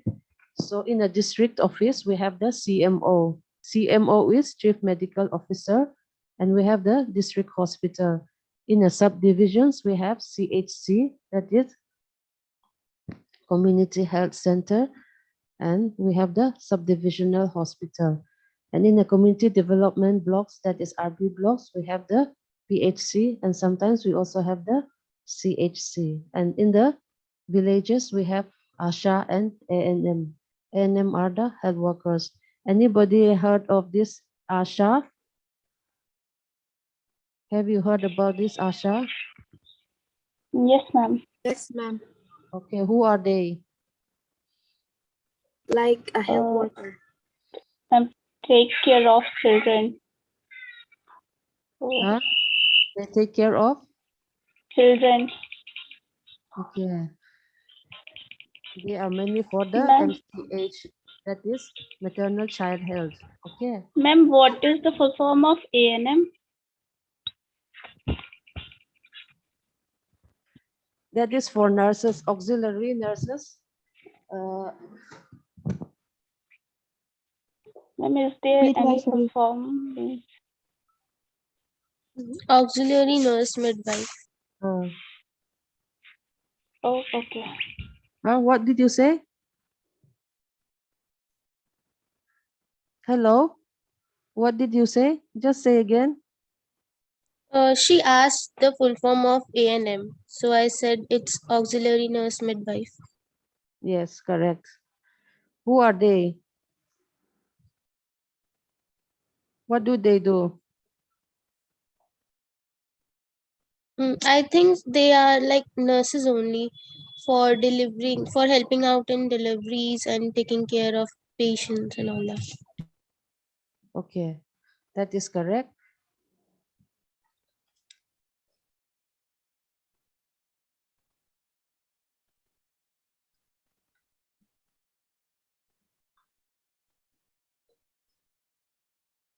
So that is the public sector, which is important for your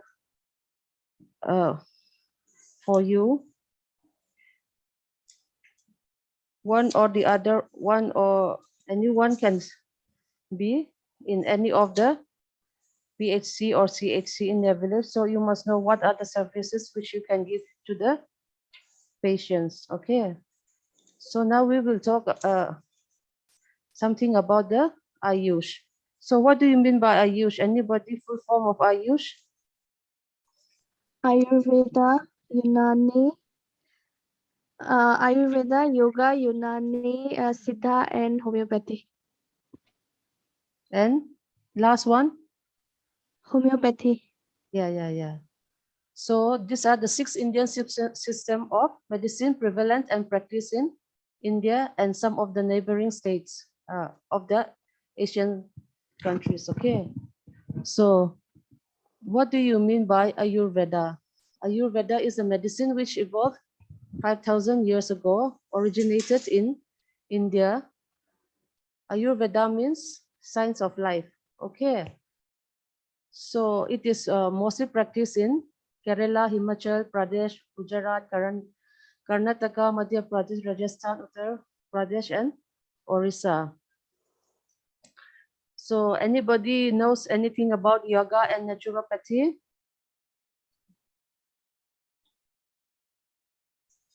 Where does it originate, yoga? Where is the origin of yoga? Anybody? India. Where? Where is the origin India. of yoga? It is Huh? in India. Yes, it's in India. In India. Yeah. It is now being adopted to correct the lifestyle by cultivating a rational, positive, and spiritual attitude towards all life situation. So we have one important date, International Yoga Day. When is it? Anybody knows? When is the International Yoga Day? 21st June. Yeah, 21st June, not July. Who this was designated? Designated by the UNO. Okay. So that is yoga and naturopathy. And anybody knows about Unani?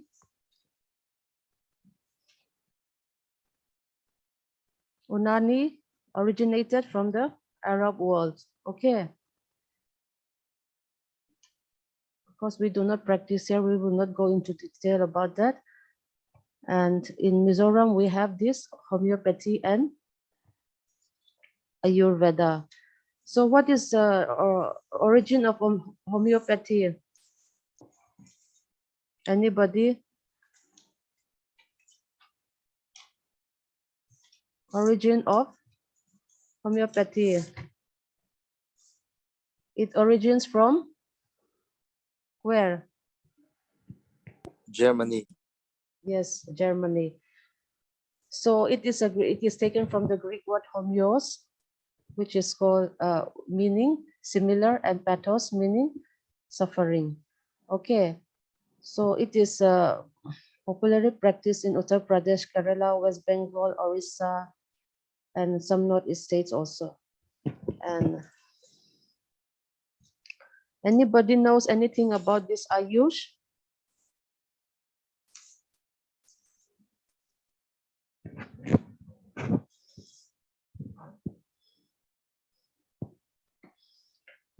It is an alternative medicine. Okay, the Ministry of Ayush was formed in 9th November 2014. So in Mizoram also we have Ayush hospital, Ayush in every district hospital, and we have this Ayush hospital in Tenzol. Have anybody heard about that? About Yes, the ma'am. Ayush hospital in Mizoram? Yes, ma'am. Okay, these are the services.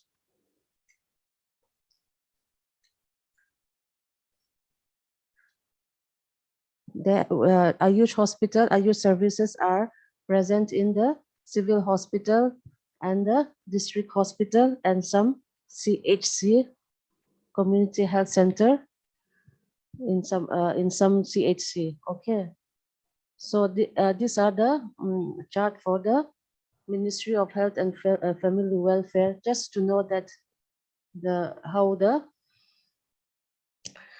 health Ministry of Health and Family Welfare chart is. Okay, there we have the Union Minister of Health and Family Welfare and Department of Health. It goes to the secretary, the administration staff. This we will not go into detail. So these are the things which you should know when you are when you come to the hospital where you are working. Okay, so the public health sector are the most important. And anybody knows any national health programs?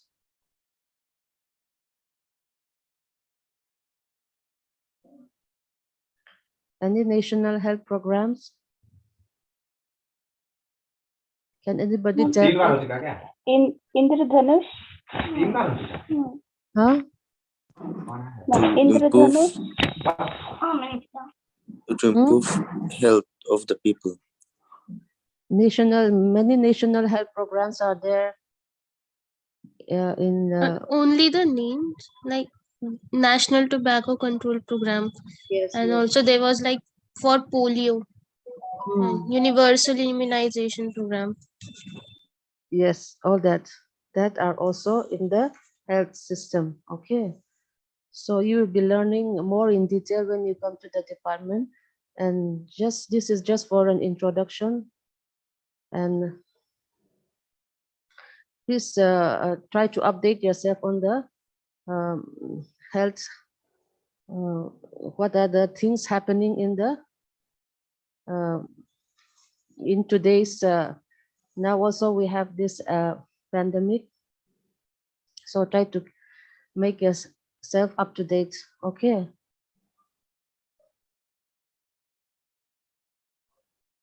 Okay, ma'am. Okay, then.